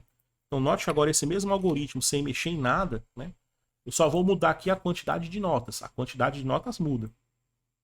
Mas note que o algoritmo que está aqui descrito, né, ele ficou de uma forma geral. Então não importa se eu tenho uma, duas, três, quatro, cinco, 10, 15, 20, mil, 1 milhão, 1 bilhão, não importa quantas notas eu tenha, né, que contar. Do jeito que ele está escrito aqui, ele vai contar. Né? Porque essa tarefa repetitiva que ele tem que ficar fazendo N vezes, esta instrução for vai fazê-lo para mim. Ele entende que tudo que está aqui dentro, ele vai ter que repetir entre 0 até um valor n-1 vezes. Né? E o vai fazer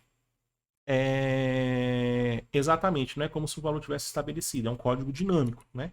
Dinâmico baseado em quê? Baseado na entrada. Né?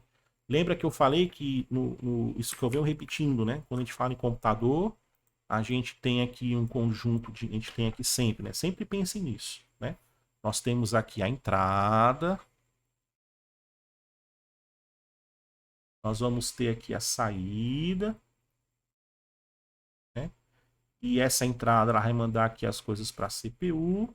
E nós vamos ter aqui a memória RAM. A CPU aqui. Só colorir aqui as coisas. Saída. Então, nesse problema aqui, a minha entrada é aquele vetor lá, 55. Opa, 55, 4277, 55, 4277, 6329, 6329, 5789. Essa aqui é a minha entrada e ele vai me dar como saída o valor 5, né? Da forma como eu escrevi o algoritmo, ele vai mudar aqui a entrada. Então a entrada aqui pode ter o valor 10, 20, 2 e ter um bocado de valores aqui, né? 1000, 2000, não importa, isso aqui 200, né? E ele vai me dar aqui um determinado valor de saída. Veja que eu tenho aqui uma entrada, que são as notas. Essas notas vão ser computadas pela CPU baseado em um algoritmo.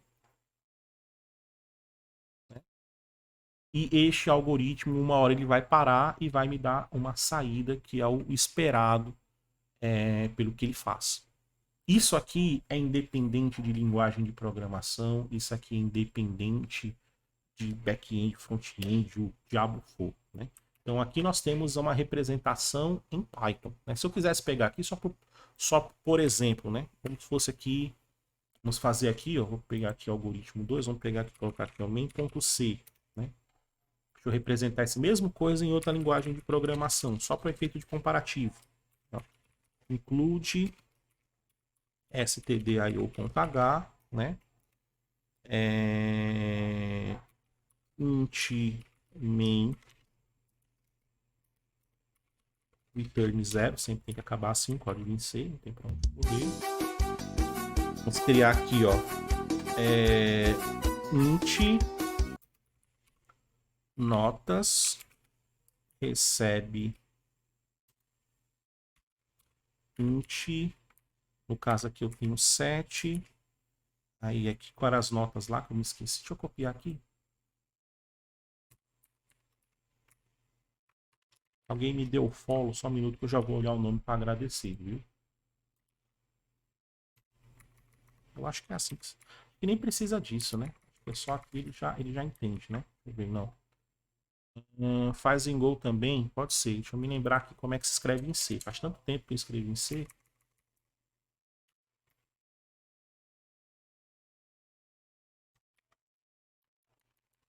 Mas ele é aqui no... Faltou aqui o ponto e vírgula. Esse notas pode vir para cá também, né, Klosowski? Pode, pronto. Não, pode não. Tem que ser aqui, né?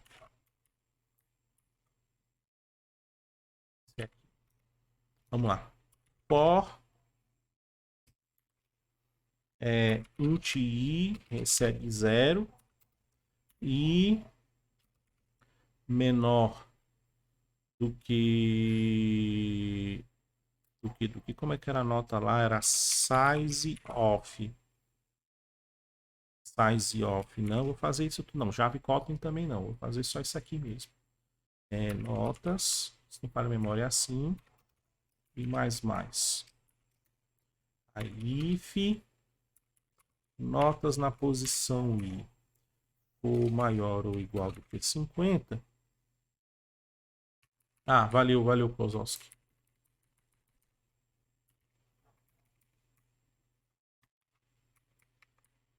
Aí aqui tem que ter o... Já ajusto lá em cima.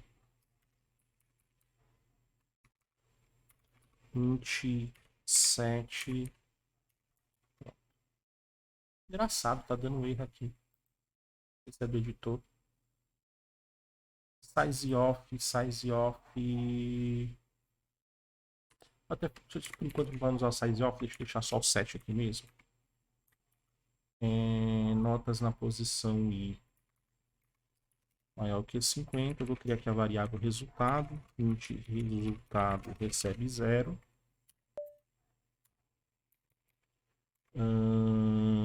Resultado recebe resultado mais 1. Resultado recebe resultado mais 1. Acho que é isso mesmo. Tem que ser notas aqui mesmo. Tá reclamando que não precisa aqui. Vamos deixar assim. Tá reclamando que não precisa.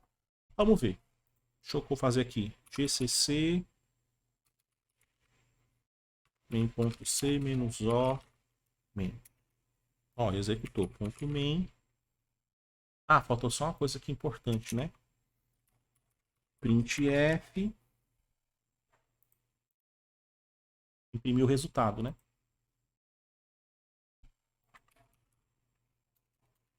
Printf. Alunos aprovados.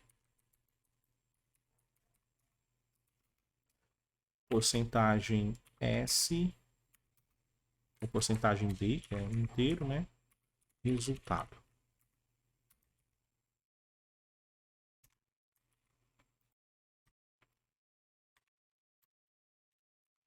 Compilar de novo. Ponto main. Tá aqui. Ah, faltou aqui um barra N. Só para ficar bonito. Pronto, tá aqui. Ó. Deixa eu colocar aqueles lado a lado. Split right. Deixa eu fechar isso aqui, ó. Vou colocar aqui um pouquinho. Ó, tá aqui, ó. Aqui é o código C. Aqui é o nosso código Python. Eles dão a mesma saída, do mesmo jeito, né? Só que quando a gente olha aqui, ó, como é que eu representei ambos os algoritmos? Tá aqui, ó. Eles fazem a mesma coisa. Eles chegam no mesmo resultado. O que muda de uma linguagem de programação para outra é como eu escrevo o algoritmo. O algoritmo é o mesmo. Eu percorro cada um deles e avalio se ele é maior ou igual a 50. A ideia é a mesma. Como eu represento isso para um computador é que muda. A forma que eu escrevo isso para o computador entender é o que muda. Cada linguagem de programação vai ter as suas vantagens e vai ter as suas desvantagens, né? Algumas você vai escrever mais, outras você vai escrever menos. Outras serão mais rápidas, outras serão mais lentas. Isso é natural. Isso não significa dizer que uma linguagem é melhor do que a outra, uma linguagem é pior do que a outra, né? Significa que são maneiras diferentes de representar o mesmo problema para um computador, certo? E com isso nós conseguimos ter o mesmo resultado. Não importa, né? Aqui eu fiz em C. Em JavaScript, Java é muito parecido com isso aqui. O for aqui praticamente é do mesmo jeito, né? Como é que é o size off lá no C? Agora me esqueci. Vou ver aqui. Size array C. É com size off mesmo. Size off.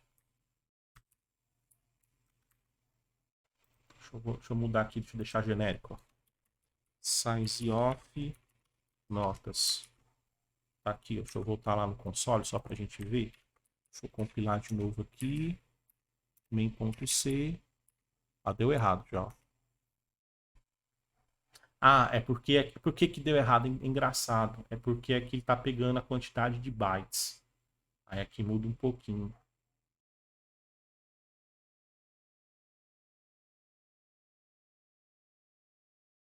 Deixa quieto aqui esse size off por enquanto. Deixar aqui assim. Nosso setzinho. Porque aqui ele tá contando de outra forma. Não vou entrar no C no detalhe, porque o C não é o nosso foco. Mas tá aqui. Só que essa nossa solução do C, ela não tá genérica como que tá do Python. Mas só para vocês terem uma ideia aqui da representação. Esse é o nosso foco. E aqui, como é que eu poderia fazer para poder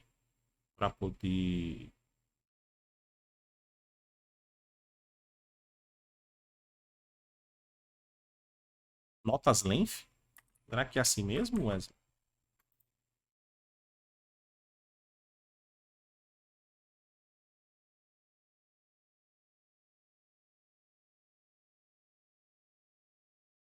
Size of array.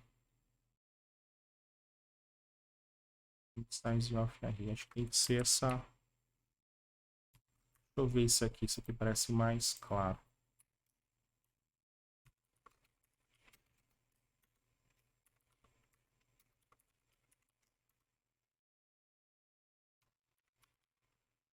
Deixa eu ver se isso aqui vai.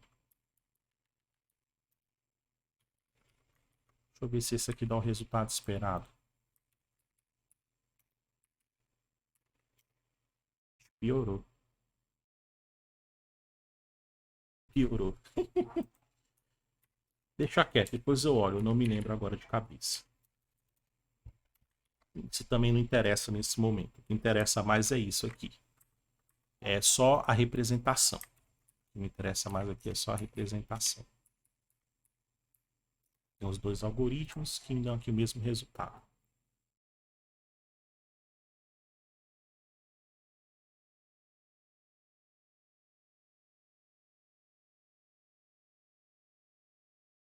Depois eu olho com calma, depois eu olho com calma. E não interessa. O que interessa é. Só quis mostrar a diferença. Só quis mostrar a diferença.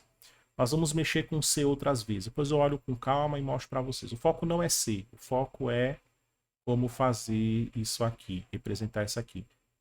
Okay? E da mesma forma, se eu for querer fazer em Go, só para título de curiosidade. Vamos abrir aqui, ó. Main.go. Né? Se eu pego aqui, ó, main.go.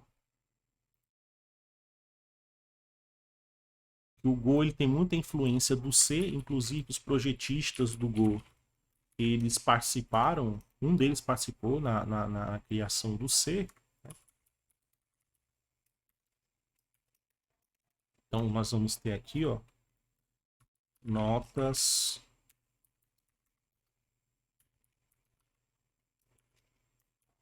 Nós temos aqui as notas for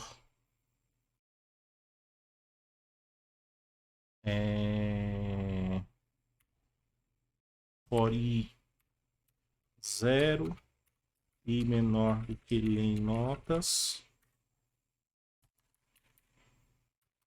e mais if notas na posição i for maior ou igual a 50 fm cadê resultado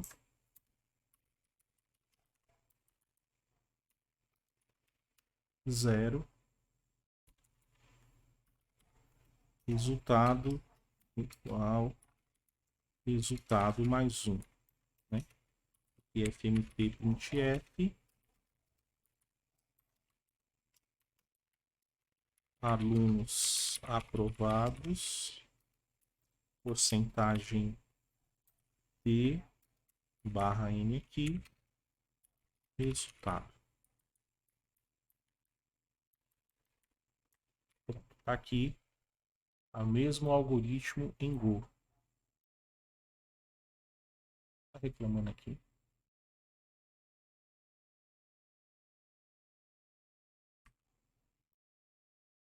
Se eu fizer aqui um Go main.go, alunos aprovados sim. Tá dando esse erro aqui, mas aqui não tá errado não. Então veja, o mesmo código em Python e o mesmo código em Go. Ou a gente poderia pegar aqui o código em C e ver aqui o mesmo código. Aqui dá para fazer umas coisinhas diferentes, usar umas coisas específicas da linguagem, mas eu não vou fazer isso nesse momento. Então veja que a lógica é a mesma, não mudei, o algoritmo é o mesmo. A forma de representar foi que mudou aqui. Né? A forma de representar é que foi mudado. Né? Ele foi mudado. E dentro da mesma linguagem tem N formas de representar isso aqui também. Eu poderia que tem várias formas de eu trabalhar em Go, o for, né? Assim como tem outras formas de trabalhar em Python, enfim. Né? Cada linguagem vai trazer alguns recursos interessantes para poder fazer essa tarefa de você andar pelos valores. Mas a ideia é, eu tenho que ter uma função que eu consiga percorrer os valores e dado que eu percorro os valores, eu fazer a análise de cada um deles individualmente e contar. E note que para fazer a contagem, em todas elas eu tive que alocar uma variável, né, que é um espaço em memória, para eu poder armazenar o resultado parcial. Quando eu termino de percorrer todos os valores do array, essa variável de resultado, se o algoritmo estiver correto, vai ter o valor final da computação. E ela, depois eu imprimo e apresento o resultado. Mas o que eu só quero mostrar aqui, eu gostaria que os senhoras e os senhores percebessem que o algoritmo ele é independente da linguagem de programação. A linguagem de programação é uma forma de eu representar o algoritmo. É a forma de eu escrever a solução, o algoritmo, né, a solução de um problema de forma computacional, de uma maneira que o computador seja capaz de executar, de avaliar e chegar a essa resposta. Né? O que muda de uma linguagem para outra são os recursos que os projetistas da linguagem escolheram que ela tem. Pode fazer isso ser a linguagem mais rápida, pode fazer essa linguagem ser mais lenta, pode ser que eu escreva mais, pode ser que eu escreva menos. Né? Mas independente disso, eu consigo chegar à mesma resposta.